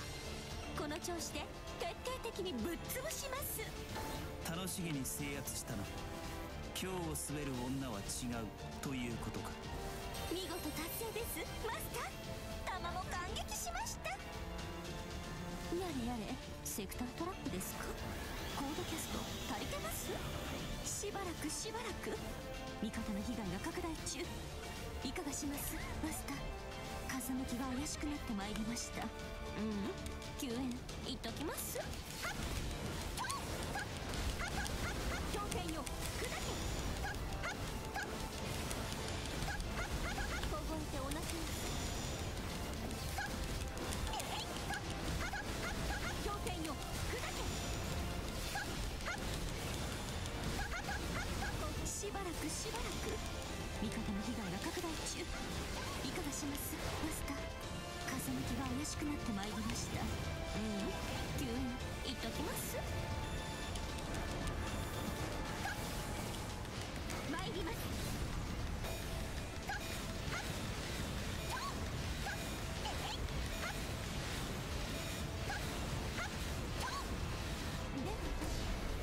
天罰てきめん。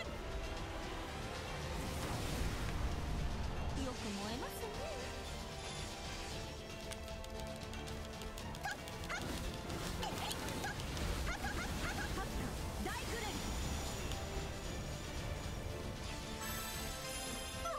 このままだと味方がやられちゃいます。制圧完了。この調子で徹底的にぶっ潰します。このままだと味方がやられちゃいます。もはや止まりませんね。どこまで行くのか見届けるとしましょう。お覚悟。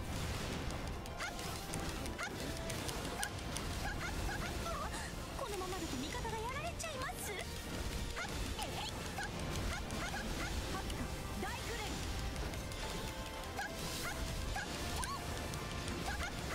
狂犬よ砕け。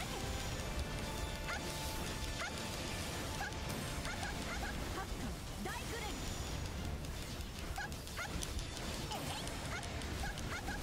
狙いは外しません。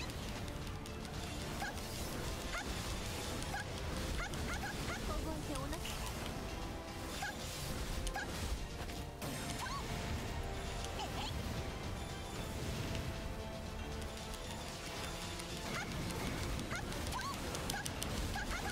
狂犬よ砕け。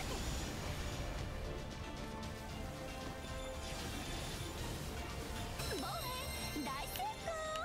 さすがですご主人様。新王は間に合ったか。さすがだな。いいね。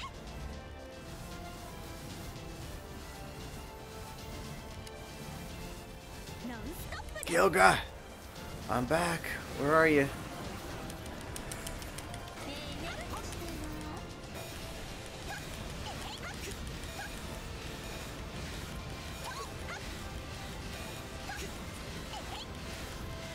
リガンマ大作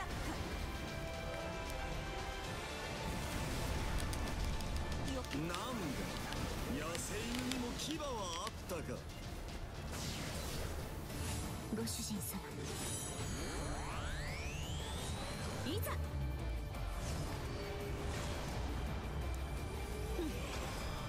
水イカズチ。ヒレフスがよい虫けらども。少しばかり本気になる。やっ食い下がるではないか。いいぞ、八つ咲きにしてくれる。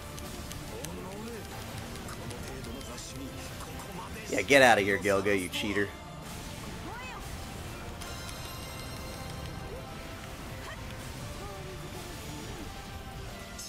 遊びすぎたか。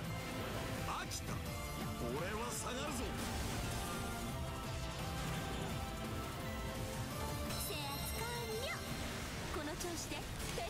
にぶっ潰します。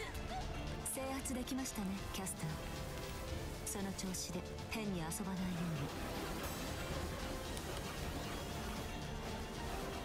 うに。いいですね。見事な手腕でした。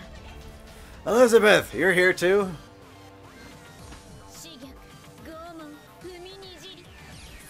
I would love a fake Grand Order Sailor Moon parody.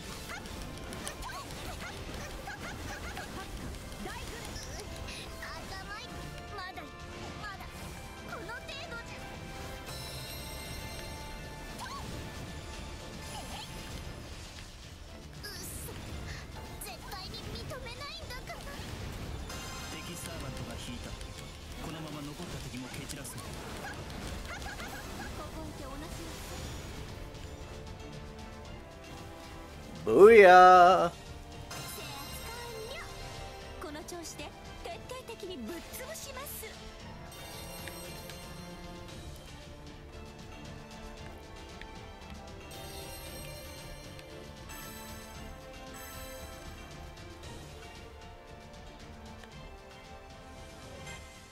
楽しげに制圧したな。今日を滑る女は違うということか。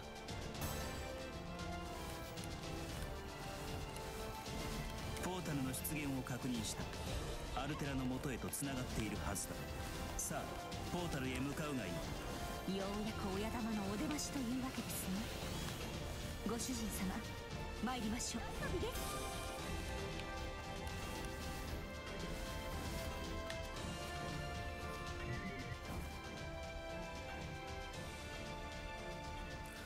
Well, the hard part about these kind of Musou games is that if you increase the difficulty of it, all you're really doing is increasing the sort of the HP sponge factor and the damage ratios of them. There's not like any smarter moves or counters or anything like that that make it all that more important.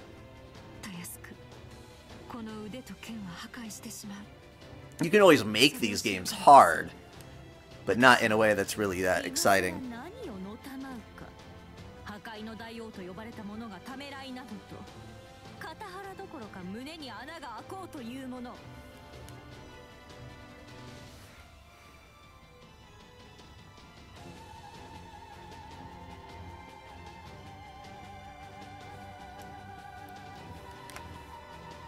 貴様はざれ言ばかり口にする。Well, Tylenol is a brand. 力をかようなまでに備えているのなら、こと影を通じて共闘の呼びかけ、果ては自ら赴いての降伏勧告とは、凄まじき力という無敵の矛と戦いを忌避する無形の盾、お前のようなあり方を人は矛盾と笑おうぞ。お前に言われるまでもない。私は何かを間違えている。だが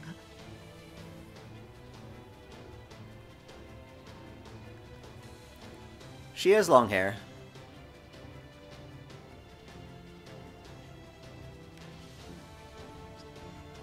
それはお前には関係のない事柄だ。少なくとも私より弱者であるお前には。Or at least I thought she had long hair. レガリアをここへ。そうすれば私は私にできる限りお前たちを守ると約束しよう。Tylenol, that's like a cold flu style medicine, isn't it? I'm not sure. I just know that Tylenol is like a more generic name for something else. With her sword in hand, Altera quietly declares her proposal. She doesn't look like the Umbral Star's messenger right now. She looks like a young woman with an earnest wish. I suddenly have to question this whole situation. I think we're misunderstanding the reason she wants the regalia. Why would someone so devoted to destruction be so interested in the Mooncell Automaton's royal authority? For the Umbral Star? For destruction's sake? It's true that the Mooncell would be defenseless without it, and would only be able to sit there and watch itself die. So that's the obvious reason why the Umbral Star's messenger would want it. Which makes sense, but I still think there's some kind of misunderstanding here because... honestly, Altera could destroy the Mooncell without the regalia. It's only a nuisance to her, at best. So does she actually want to destroy the regalia? Or does she want to possess it for some reason?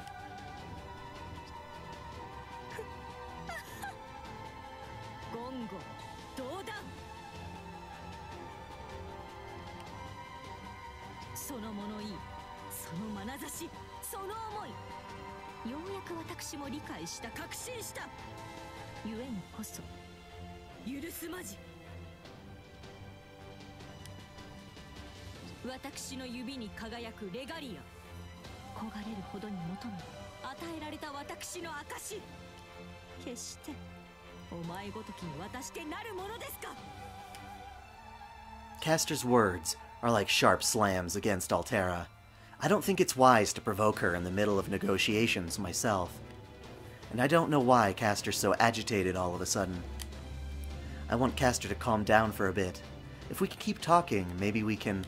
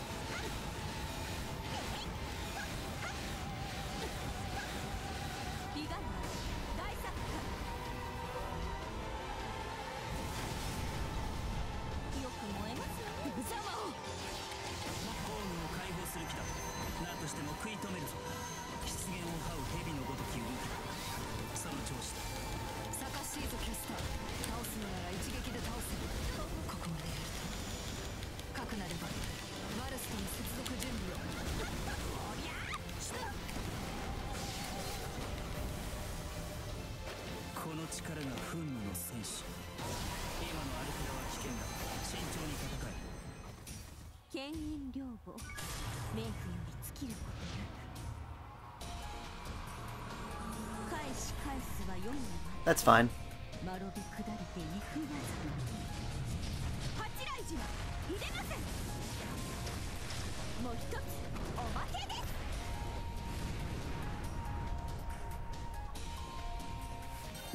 She's still alive. Oh, nope. She had one more smack or two.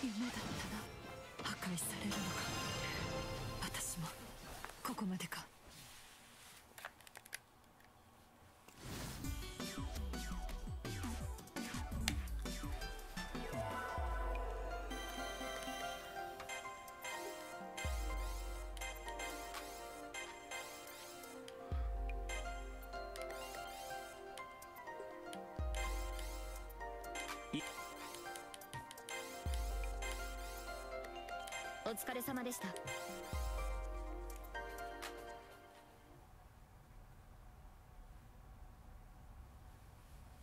See ya.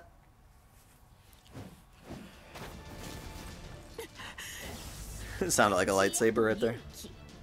あまねく怪物なる者は人の英知に敗れ去る者。あなたとて例外ではありません。アルテラ、何の空より降りし怪物風情。過去のあれなど何かの間違い。太陽の化身のその分け身、天戦古戦の私が王権を得た今は。いいや、違う。私は I'm not a monster. 私たちは文明の迎える滅びそのものだ。お前たちでは私たちに勝てない。お前たちでは私たちを殺せない。フレアエフェクト、マルスとの接続開始。発射まで2秒。軍神よ、我を呪え。空うがつは涙の星。ティアドロップ、フォトンレイ。 Whoa! That's powerful. 許せ。サーバントでは私を倒せない。人の思いが私たちに抗うことはできないのだから。命は奪いたくはない。 You're right, she does have short hair under the veil, I think, because her other outfits don't have that veil.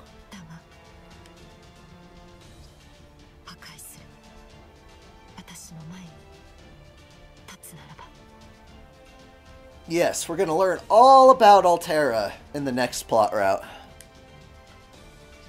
But basically, yeah, she is an envoy of the Umbral Star, sent to Earth to destroy the whole thing as the White Titan, but will end up getting sealed away.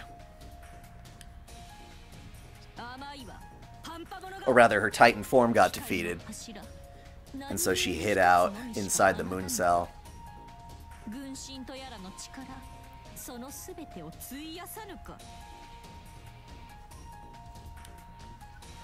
見えるぞ女、見つかせる。レガリアが砕け散るのを恐れましたね。滑稽滑稽、甘い甘い、甘すぎです。どこに？出雲に神あり。これ自在にしてみそぎの証、神宝羽化の鏡なり。水天日光、天照らす矢の雫石。遅い。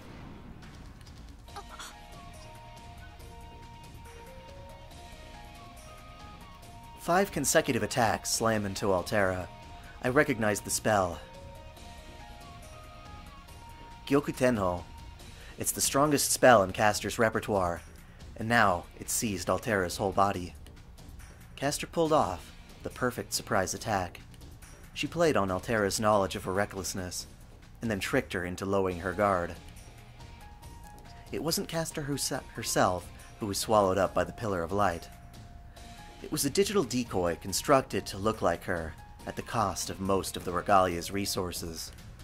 Caster herself had been lying in wait up above, hiding her presence, waiting for the perfect moment to execute the perfect attack.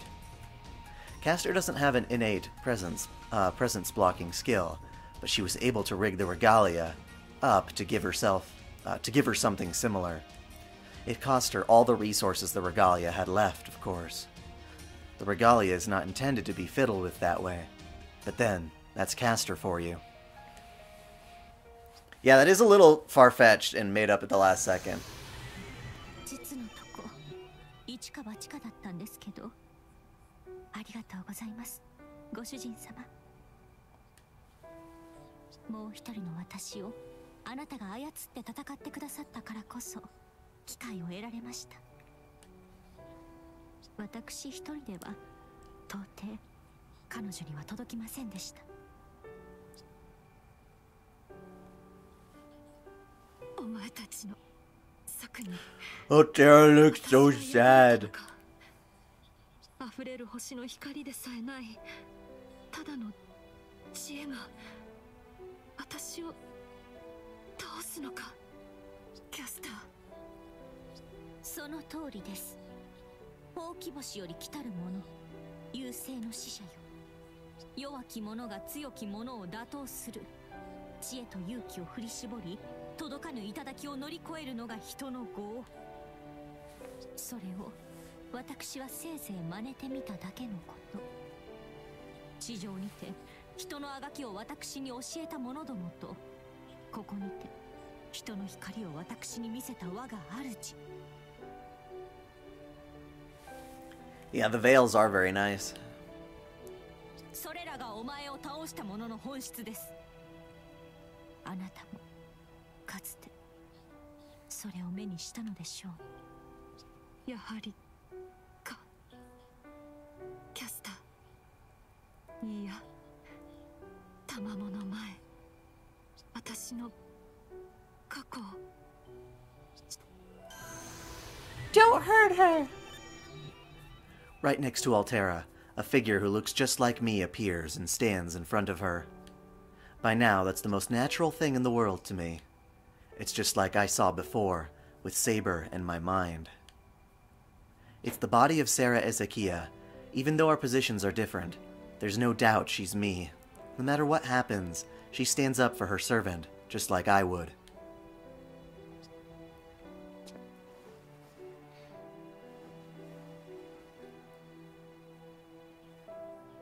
私のマスター、いけない。指輪から出ては。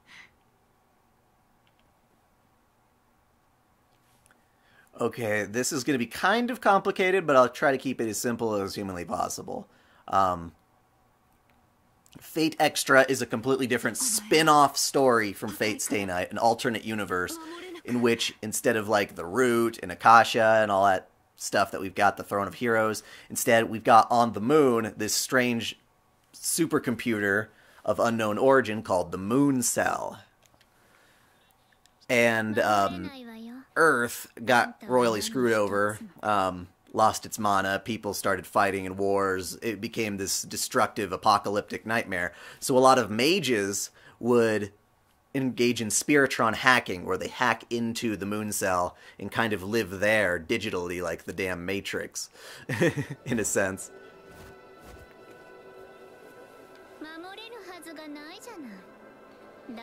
And so there was a Grail War inside the Moon Cell, essentially.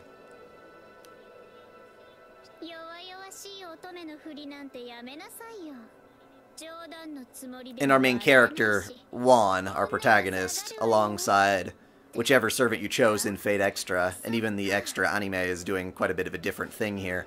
But Fate Extella, this game, is a branch off of that, in which, for whatever reason, you win with Nero, and you get this power, the Regalia, from a ring, and it becomes kind of a territory war between you and other people who have the Regalia. The reason why more than one person has it will be revealed soon, but Seraph is sort of the virtual digital space that they occupy.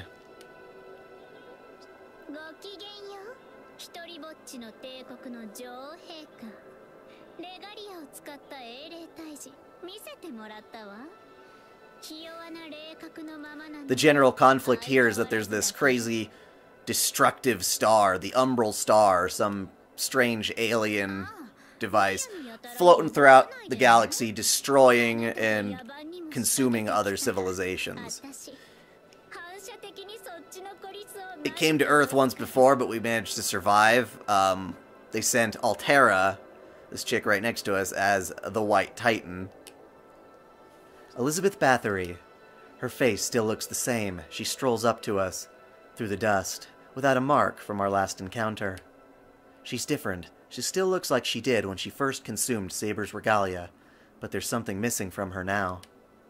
Elizabeth was the one who told me to run away from the wicked queen of the capital. She even got herself shocked on my behalf more than once. That Elizabeth is no longer here. The Umbral Star is going to come around like 14,000 years later to re-destroy Earth. But the problem is, it can't find Earth. Because the moon cell is putting up a jamming signal. And that's why it seems that Altera was on a rampage to try and take down that beacon of whatnot, that jamming signal.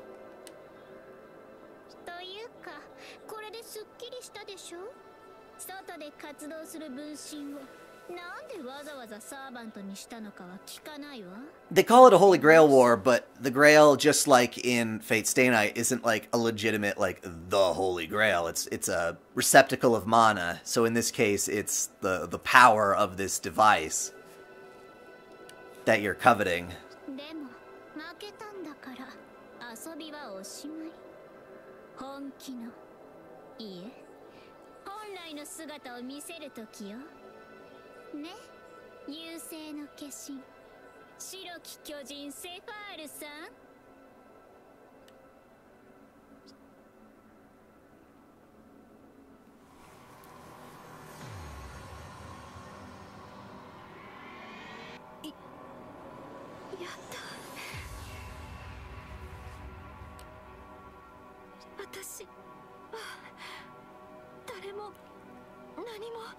Can Snow White be a servant? Possibly, yeah, you'd think. If Fairy Tale, for instance, or Nursery Rhyme, rather, can. You'd think a Fairy Tale type character could. If the fictional characters of Kojiro Sasaki as well as Sherlock Holmes can pull it off, yeah, I think you could. There might be some strange circumstances surrounding how they're summoned. Maybe they're becoming a demi-servant or something else.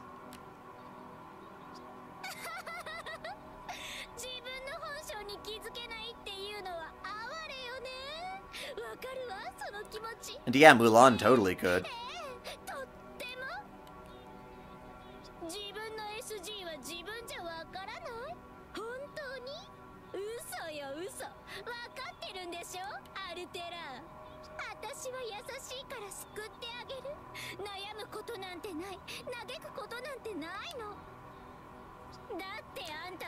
Somehow I'll make a servant out of you.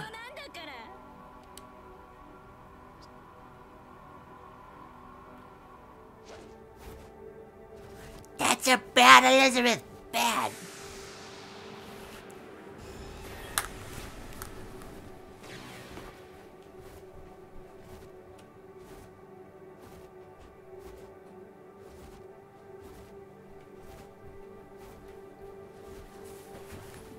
It's a giant something.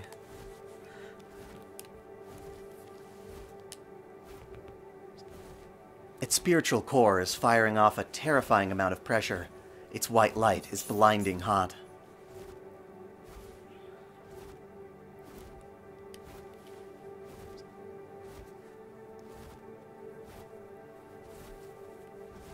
It's so large I can't take it in all at once.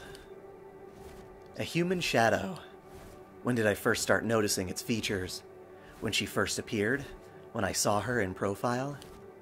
Or could it be when I saw the two shining spots on its head?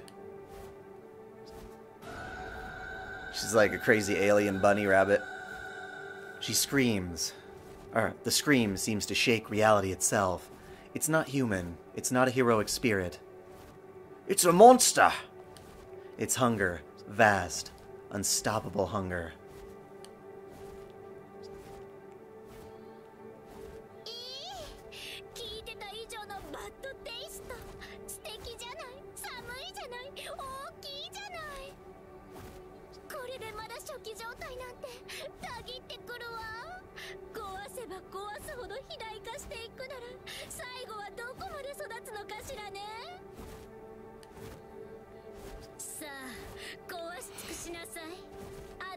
Overly Sarcastic Productions has a video on King Arthur, and it's really interesting because I didn't know the history of the legend, in the sense that, you know, at what point in history did they start adding elements to King Arthur's story?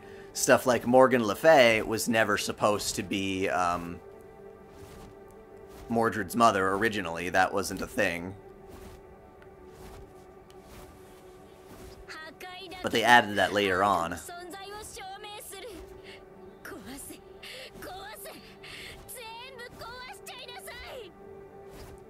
She's glaring at me. Does it still want the regalia? I understand in an instant. Whatever makes her scream, she's still aware enough to know what she must destroy. And that's why she's looking at us. It's kind of hard to crush somebody when you got a hole through your hand. I remember, a little late now, but I remember what happened at the moon cell core. It's a perfect match. The giant creature standing up in the dark. The one that split me, and the regalia, into 3 pieces. The unknown threat to Seraph. I remember the feeling of my digital body being broken and split. Myself, the regalia. All by this same hand. That time, I couldn't avoid it. It caught me. I was alone then, without an ally by my side, but... this time, things are different. At least for this moment, I'm not alone. By my side is the blade who protects Sarah Ezekiah, the golden-eyed servant who's chosen to stay with me to the end. Gasta!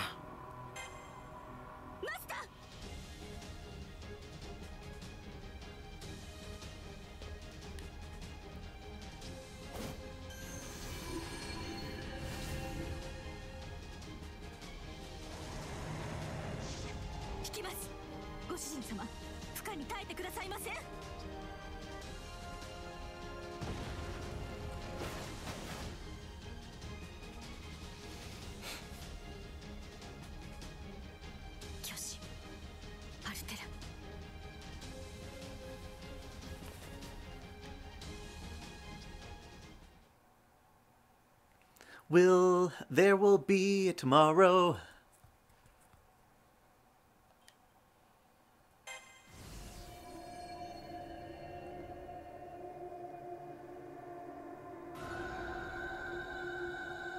Her echoes reverberate and shatter everything they touch. The territory shakes apart. The Spiritron energy disperses. I thought Altera and her forces were strong, but this is something else entirely. Infused to the core with unspeakably lethal power. The structure around us is shattering like glass. At first, the Titan was targeting us, but now she's smashing everything in sight. She screams and destroys. She turns and destroys. She breathes and destroys. As long as the Titan exists, nothing else can.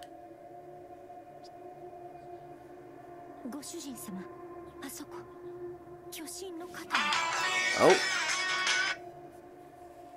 What's up?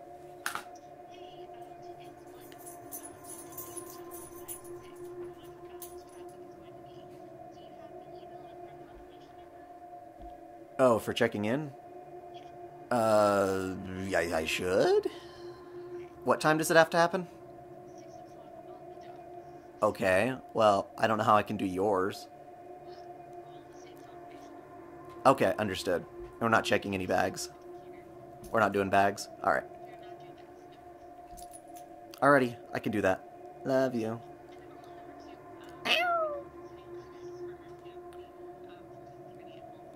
Maybe you want to grab some cash? I don't know.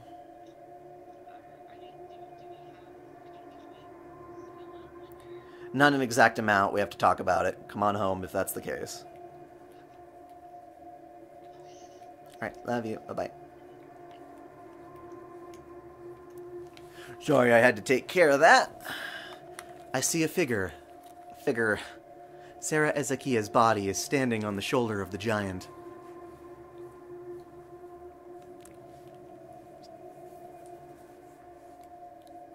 And that third me is being eroded away, broken down.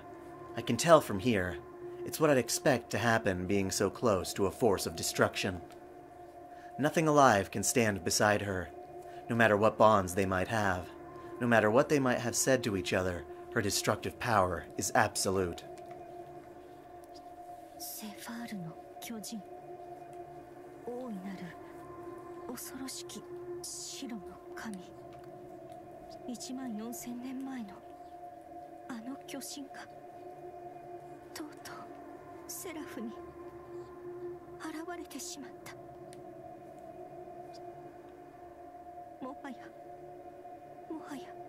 ここまで。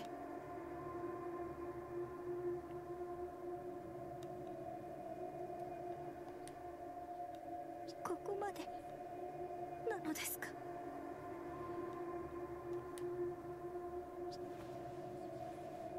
ご主人様。 Through quivering lips, Castor speaks my name. I've never seen her this vulnerable. Not in the capital, not even in the Holy Grail War. I can't think of anything comforting to say. All I can do is stare back. Her eyes flicker with fear, anxiety, even despair. Don't cry. Don't worry, girl. 申し訳ありません。すべてあらゆるすべてをここでお詫びいたします。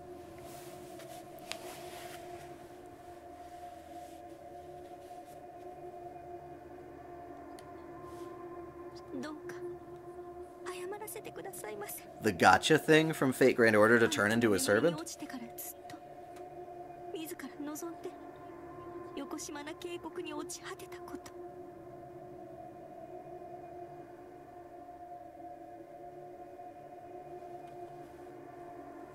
Kills babies with Arthur's blessing? Say what? When did that happen? エリザベートからの誘いを拒み、アルテラによる最後の勧告をも疎んだこと。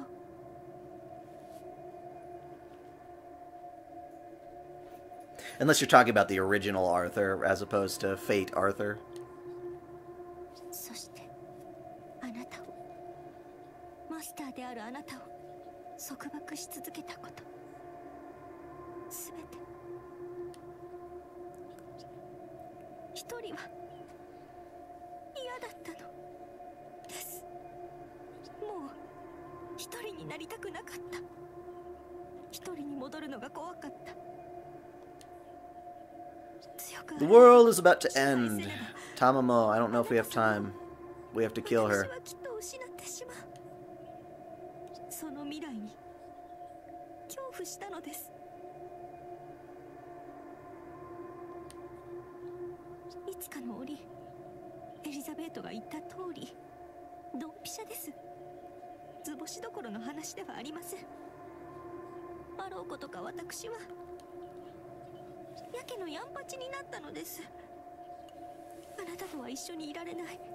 Tamamo, you don't make us unhappy. So many people love you.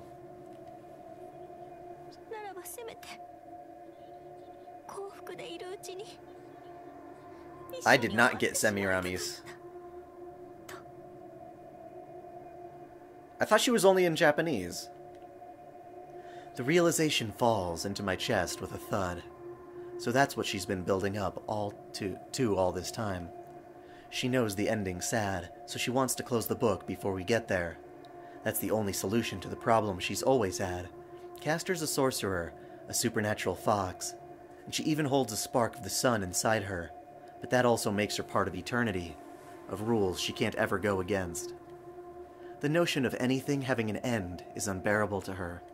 Anything like a peaceful relationship between human and an anti-hero.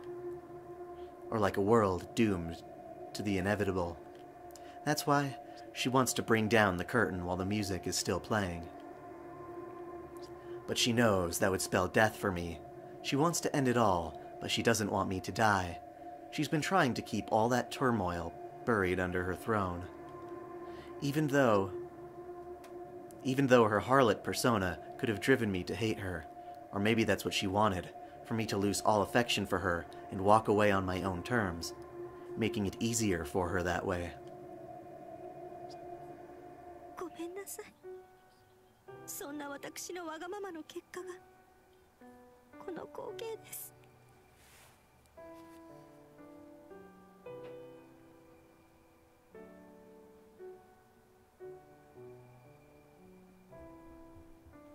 Oh, okay. Well, Artoria certainly didn't do that. She did not round up a bunch of children and sink them in a boat. If that were the case, then I would not be surprised for the people that joined with Mordred to take Artorian down. あなたを救うことはできないと分かっていた。分かっていたから私は封じたはずの警告モードを目覚めさせた。抗うためではなく、戦うためではなく、ただほんのひととき。 We can do that! We can still do it, Tamamo! 仕方ないのです。だって私たちは以前あの巨神に敗れている。私たちだけではあの優勢にはかなわないとこの体が味わっているのです。 So yeah, I think the automaton tried to fight back against... This is my interpretation anyway. I always thought, because of the stuff that Tamamo is talking about right here, is that she fought against the White Titan originally when it was attacking Earth, because she was summoned by the automaton to help defend. 私は太陽の化身、その分霊ならばこそ14000年前のすべてを知っている。 Oh, right. Or maybe it was Amaterasu who had to fight Altera. あれに敗れ去ったのは地上の生物だけではなく、人の起こした文明だけでもない。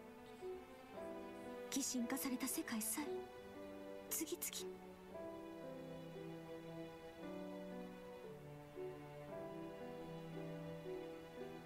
Saber and Sun? I've never heard of that. 天空も大地も海も太陽も穂村も森も。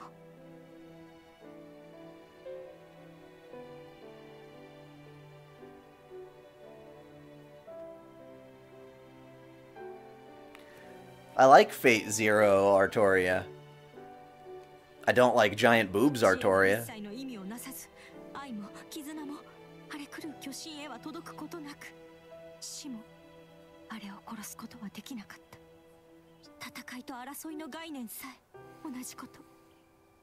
その剣を持ってあれを両断することはかなわない。そんな恐ろしきものがいずれ来たると私は知っていた。 I'll have to check that out. いいえ、知ってしまったのです。いずれではなく、時計の針がわずかに動いただけでその時は訪れると。だから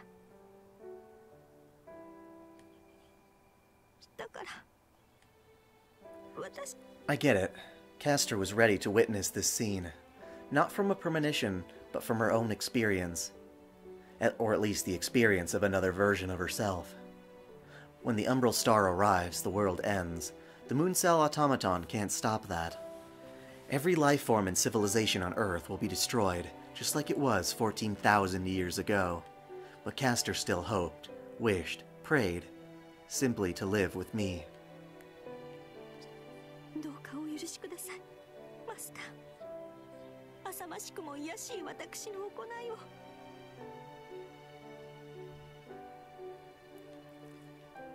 私は諦めました。もはや世界に明日はありません。なら私は限界まであなたに仕えたかった。あなたに寄り添い、あなたと共に死にたかったのです。 I think back to every event since I woke up in the Millennium Capital. It's hard to say how much time has passed. It feels like both an eternity and the blink of an eye. I remember talking with Elizabeth earlier. I told her I believed in Castor. I believed she had a reason for her un-Castor-like behavior, and for the construction of the Millennium Capital. I believed she'd reveal it to me in the end. And now she has. I'm glad I had faith in you, Castor. And thank you for wanting to be at my side, for choosing me even after you've given up on everything else. I want to thank you from the bottom of my heart. But no. No, this is wrong. Bonk! Miko!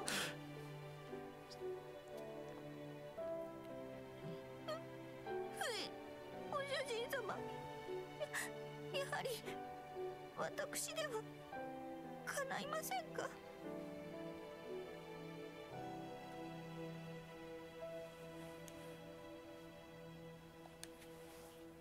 所詮私はサブサーバントメインサーバントでもない身でありながら制裁を気取って私ごとき共に朽ちるのを望む。 Tamamo, that's not the point. Ugh. You need more self-confidence. You're completely wrong. Think about it, I tell her. Not about accepting the end. After all, eternity's way too long for a human being. She gives another sob. I give her a smile. There's going to be a curtain call someday. That's just life. But I want to spend that life with you. And if this is the end, then we might as well go out with a bang. Like Spike Spiegel. We can't go out on a sour note like this, no matter how loud the band plays on this sinking ship. But you know what the worst part is? This isn't like you, Castor. I tell her, whenever you and I stand together and face the end, we're going to be smiling, because we have all those wonderful memories behind us. We don't want to go out gnashing our teeth. You know what? When this war is over, let's leave the capital behind. Don't get me wrong, your Queen of Harlots act had its charms, but your bright eyes, your cheerful voice, the loveliest smile I've ever seen. I tell her, I like the lively you that shines like the sun the best.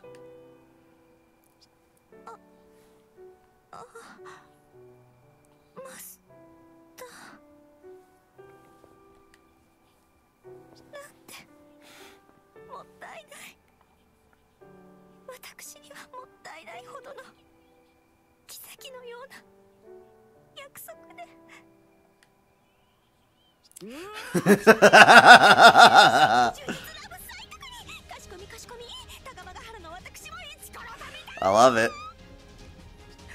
That was sure a lot of build up to this moment.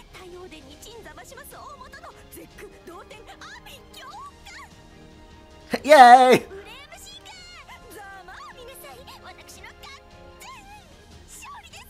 Oh, she's so happy. Tamamo? Don't tell me all that reflection didn't count for anything.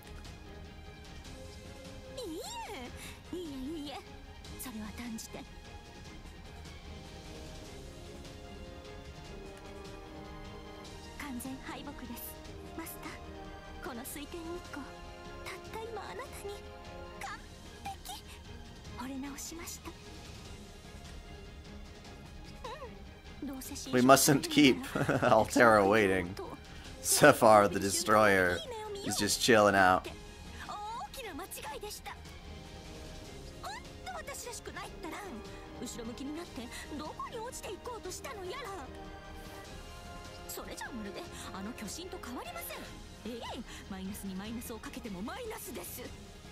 Technically, you can get a positive number that way.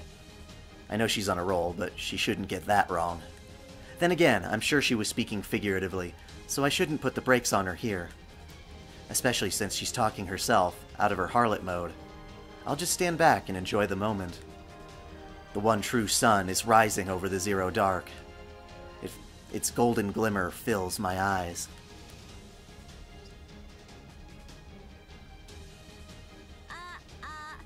Mic test. Woo! You're the foxiest wife in history.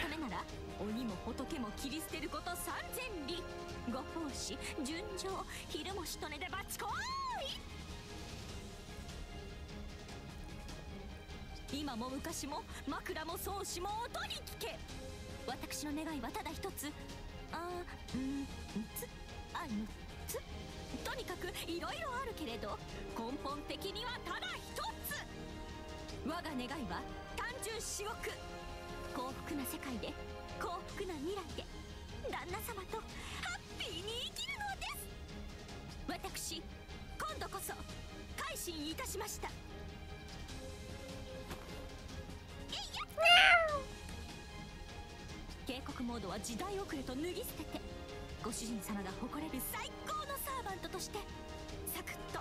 We have work to do!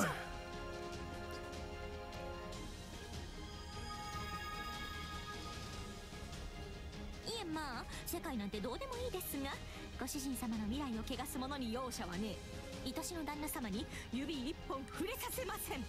いざ参ります。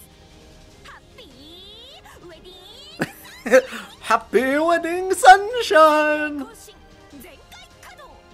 漁師も魔力も何のその。今の私の動力源はあなたへのラ I don't think Sakura is even in Extella. Okay, so now we're here again. さあさあ、いざ行きます。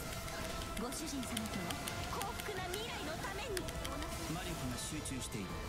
おそらく力の源は胸部のコアだ。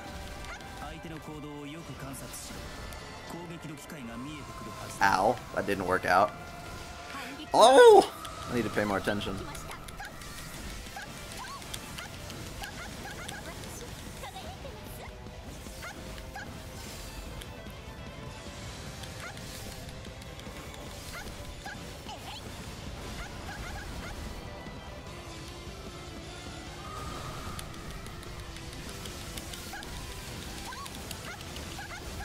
表現よ、砕け。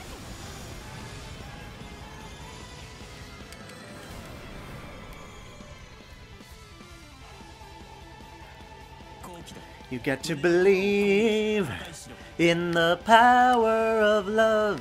You've got to believe in the power of love.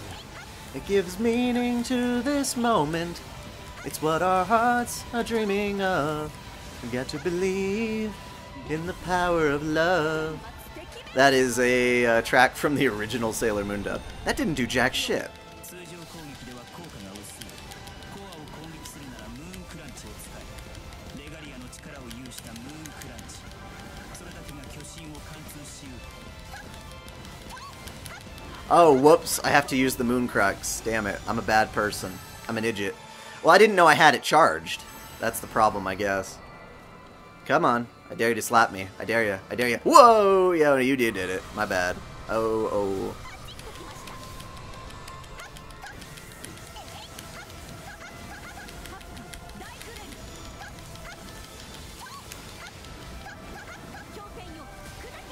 Bring it on. Shimona!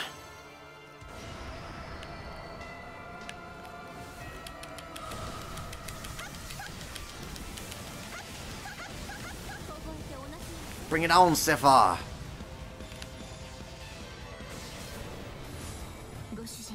Fighting evil by moonlight, winning love by daylight, never running from a real fight. She is the one named Tamamo. 通常攻撃では効果が薄い。コアを攻撃するならムーンクランチを使え。セファール相手にダメージを与えるとはさすがは神人だが無駄なこと。敵はわずかも揺らいでいない。だが攻撃を続けろ。削り切れ。いいぞ。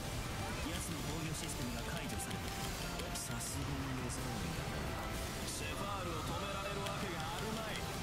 確かに攻撃は通った。しかし油断する。反撃の時だ。攻撃を集中させろ。レガリアの力を有したムーンクランチ。それだけが巨神を貫通しうる。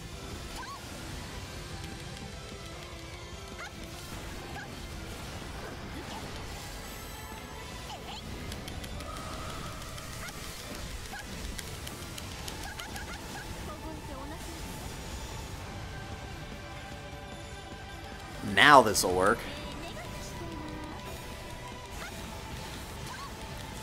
I might do some side stories by request on later videos. I gotta wrap this up as soon as I'm there.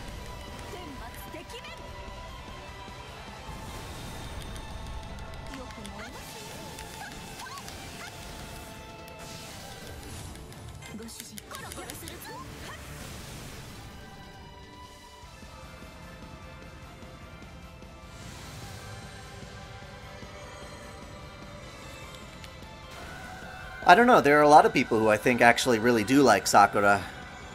If anything, I'm always a bit perplexed why she doesn't seem to have... Or as to why she does have the appeal she does.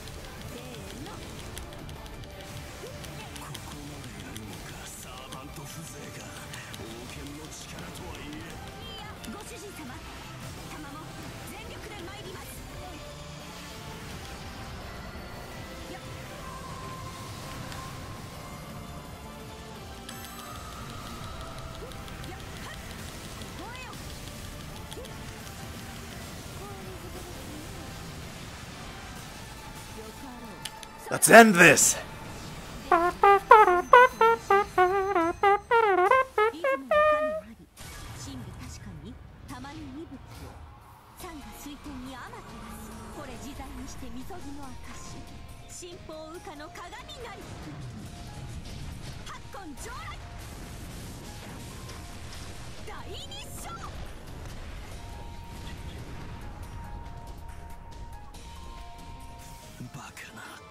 こんなことがあり得るはずがないだろうが。Oh wait, she's not done yet? Damn it! I had to put my phone down for a second and look at something.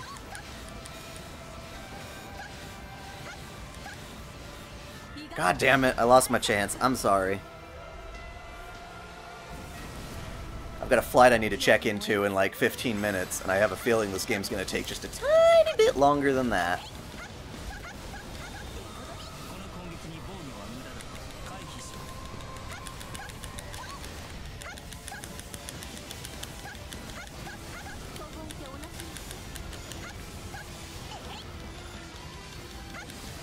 I thought her Noble Phantasm totally would have killed her.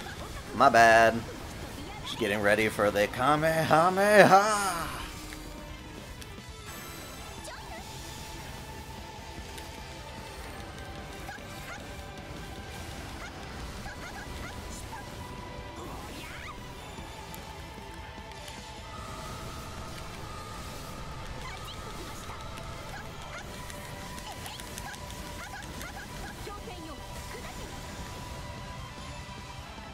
Revenge! I'm not even attacking the right guy.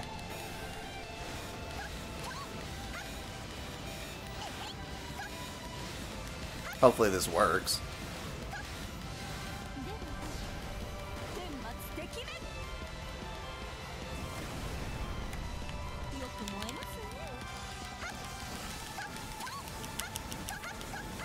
There we go.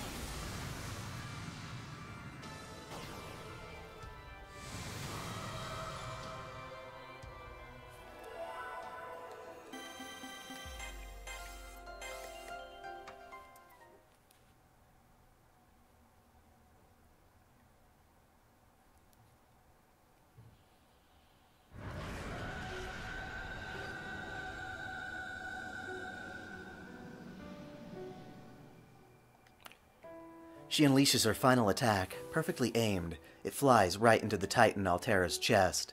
In terms of scale, it's minuscule compared to the giant, but it's packed with everything Tamamo has. At the same time, it takes the life, the future of the maiden in white. I hear her scream. I feel a hole in my chest, not from my pain, or from my mind's pain, but from the pain of the third Sarah Ezekiah. That Sarah Ezekiah stays with Altera, ready to die with her. I have no words. All I can do is be a witness. And the final strike hits home.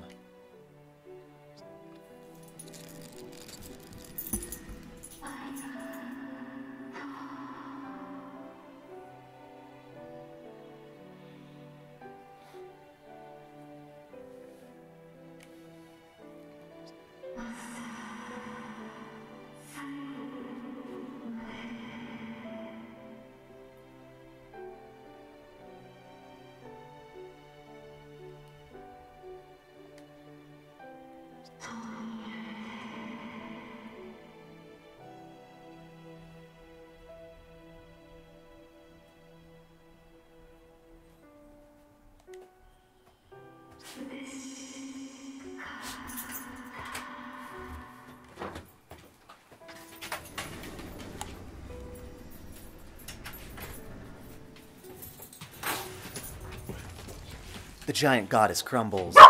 Its digital body, made to walk upon Seraph, is lost, as are its mind and soul. With its mana gone, it falls away in a rain of inorganic wreckage. What had moments ago been a mighty titan now scatters into piles of debris. There. I see something, a face I know all too well, my own. The third Sarah Ezekiah is standing there in the midst of the raining rubble, knowing full well what will happen next. Are you gonna check in? I have it up on mine as well. You couldn't bring out your true power, Altera. So I'll do what I need to do. I hear a voice in the storm, a voice only the two of them were meant to share. She looks up at the cracked pieces of her servant's face. And kerplunk. My dog's actually very happy that my wife is home. A torrent of ruin comes crashing down toward the other me.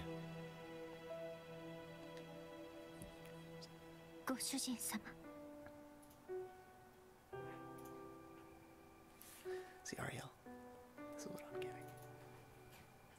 I have to wait. Even as I hear Castor murmur, I understand there's nothing to be done. She doesn't try to run. She stands there, letting the debris wash over her and take him away. Whoops, and take her away. It's her decision, and I understand. Yes, even though it seems like a futile death, there was more to it than resignation or sadness. I think Sarah Ezekiah had a reason and made that choice in order to change something. That's why I don't reach out. I don't even say a word until the end.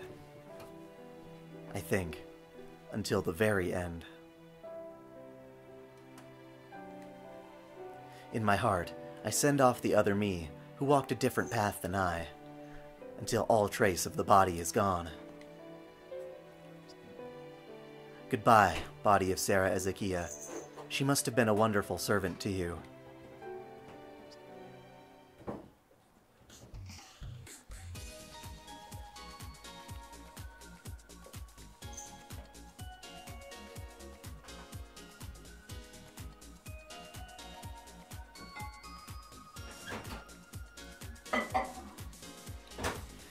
Believe it or not, she never barks at specific people that she's actually seeing with her own two eyes, and she is the most sweet creature. Ever.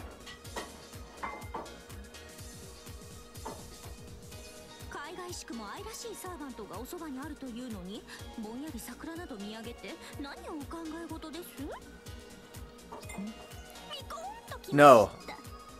I do not acknowledge the Lancer Artoria. I do not. She is a singularity. She is the singularity. More specifically, her chest.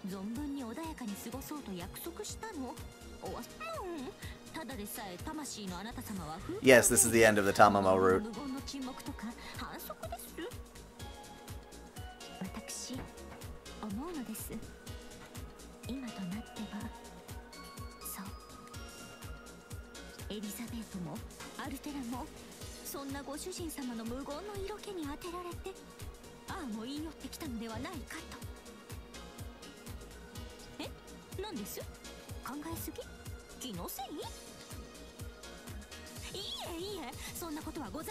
I mean, if you don't take care of the Umbral Star, then all of this shit's going to be a bad ending. Even the true ending, technically.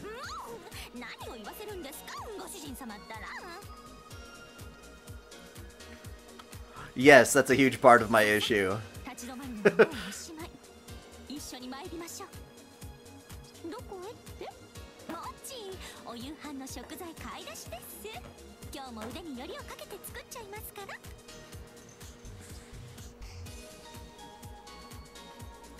That's a different character as far as I'm concerned. I can't wait for that, so I'll do what Castor says and swallow my worries of the future for now. The capital is in full bloom, and my only servant is right next to me. The brightly colored hair, those golden eyes. Yes, she's 1,000 times more lovable like this.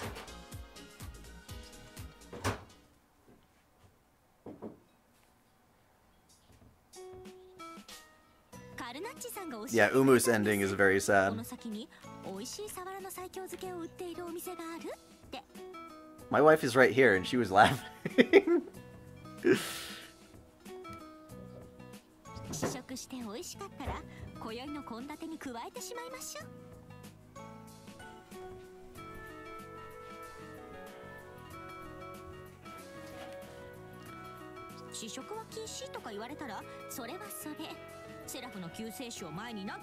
I don't know, I feel the design of the new Lancer Artoria is basically undermines all the appeal of the actual character that made her special.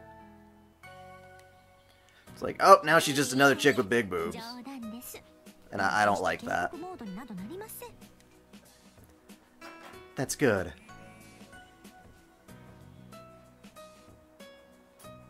Though she can be quite charming in harlot mode, too. It's like how a horror movie is fun because you get to go home afterwards. This Millennium Capital is no longer the capital of the Empire. There's no queen. As a result, a lot of NPCs have moved in.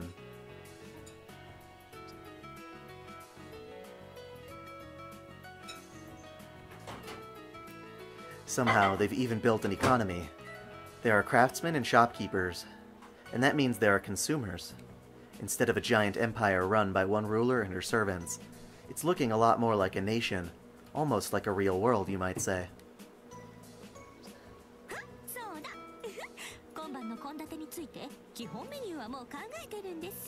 Nasu isn't, well, he's not the ultimate.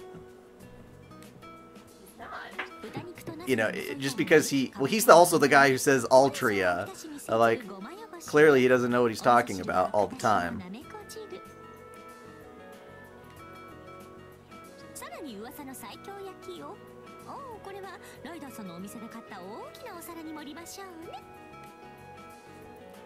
That's right. The other day, we saw Ryder at a certain antique shop. She acted like an employee, so I think she may have been doing part-time work there. I didn't ask for details. Her new glasses suited her well, and I told her so. But then Castor got angry. Karna is patrolling each territory of Seraph. He explores the new territories that keep appearing daily, searching for NPCs and servants, especially those related to the Moon's Holy Grail War. From time to time, he drops in to give a report. Usually about which shops have the best food, and where the best fishing and hunting spots are.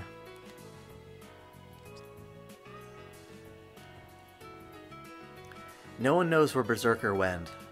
It's rumored that he wanders the Zero Dark, looking to spark a new battle. He did stop by once before he left, and when he saw Castor, no longer looking like her old self, he got an odd expression on his face and walked out. These are peaceful times in Seraph, even if it's all just temporary. Even if the illusion only lasts a short time, these are still important days, for us especially.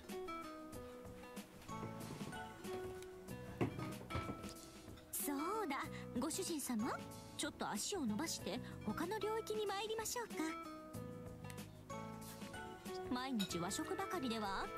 I'm not against the idea of the character, I'm against the design.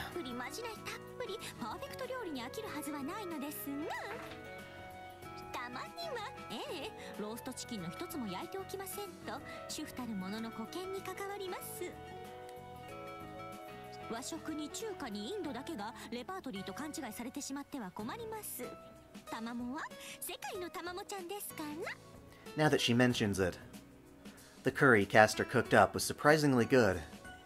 It was based off of Japanese curry, but it had the deep aroma of a real Indian curry, and a body similar to European curry.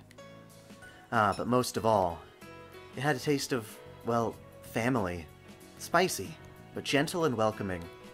Really, it was so good that if I didn't know any better, I would think curry making was some sort of skill or noble phantasm she picked up. But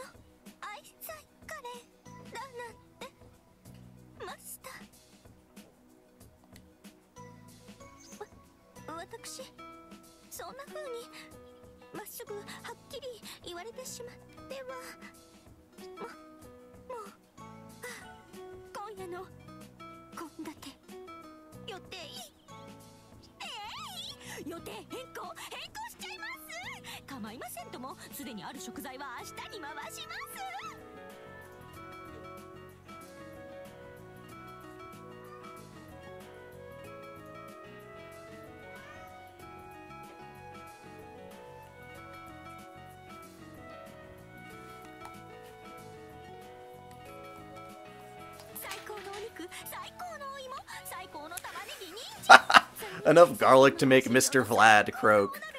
I love it.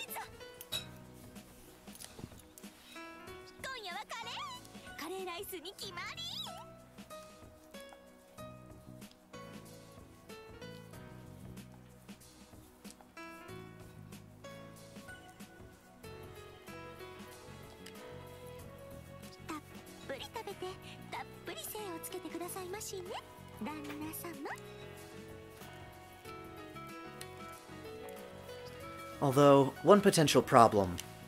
From the way curry clears your eyes up, it might be hard to sleep tonight.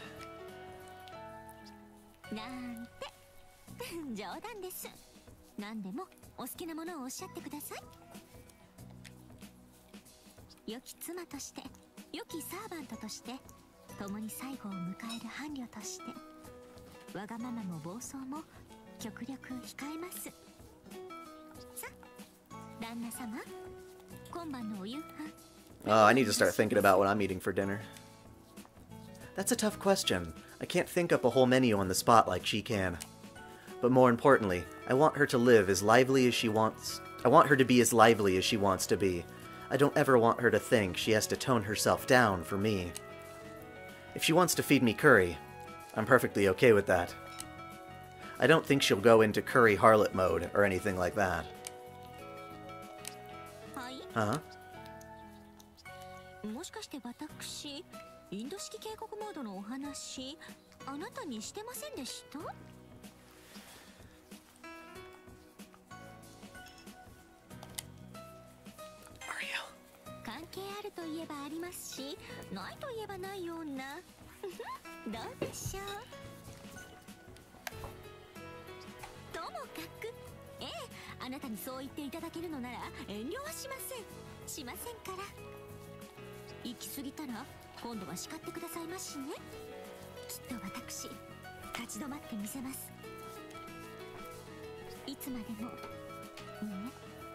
最後の時を迎えるその瞬間まで、こうしてあなたと寄り添い過ごすために。 Oh shit. また I cut her off. I'm such an evil bitch. I'm sorry. I didn't mean to cut you off. Didn't mean to cut you off.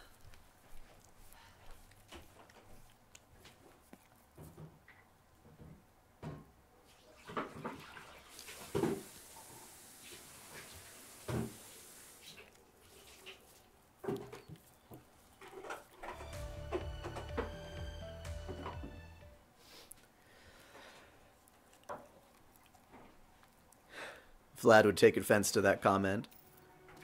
I'm not a vampire, goddammit! Yeah, you done fucked up again. Because you thought you could trust Elizabeth Bathory. 身代の絶望を知るがゆえに、いくらか組みしやすいかとも思ったが、よもやここまで愚かしくも人間ごときによった存在とは。落胆したぞキャスター。警告の美器、おとぎ話の怪物が聞いて呆れる。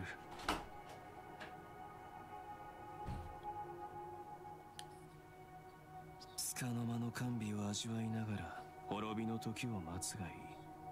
無価値無意味の極みたる平穏にせいぜい浸れ。次期クオンタムタイムロックに入る。やれやれ、またも移動しなくては。まあいい。成功する。 You stubborn bastard. 繰り返すだけだ。 You're still alive? お前も共に来い。これよりスライドを始める。無意味、無価値ね。黙ってついてこい。お前には別の重要な役目を与えよう。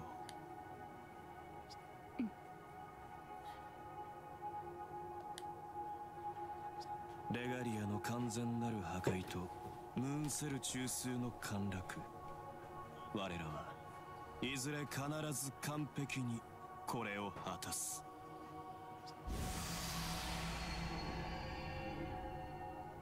無意味だか無価値だか知らないけど、せいぜい Two naked servants sitting in a tree.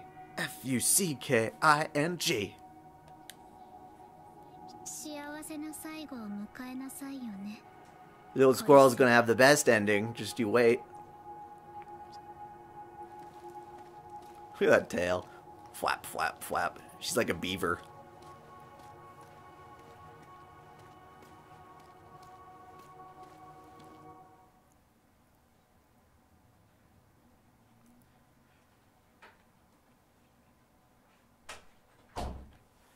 Ah, there we are. The ending of the Tamamo no Mai route.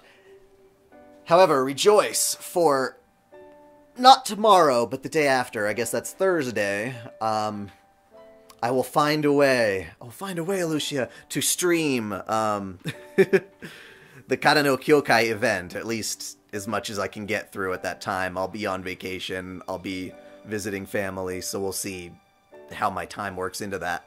But yes, I'll definitely be able to do that at least a little bit. And then when I get back, I can resume doing more Extella playthroughs. But Grand Order's just shoving its face in and saying, "It's my turn now, here's a new event." So I kind of have to obey. Especially if I want my Shiki.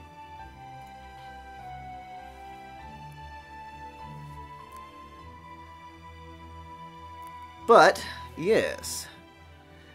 Tonight, technically when midnight hits, aka Wednesday, I will be uploading the next episode of the Holy Waifu Wars, the next round. So look forward to that. Thank you all for tuning in. If you enjoyed this video, feel free to subscribe to OtakuDaiKun for more anime lists, reviews, discussions, lore videos, let's plays, and more Holy Waifu Wars. Until next time, celebrate your fandom.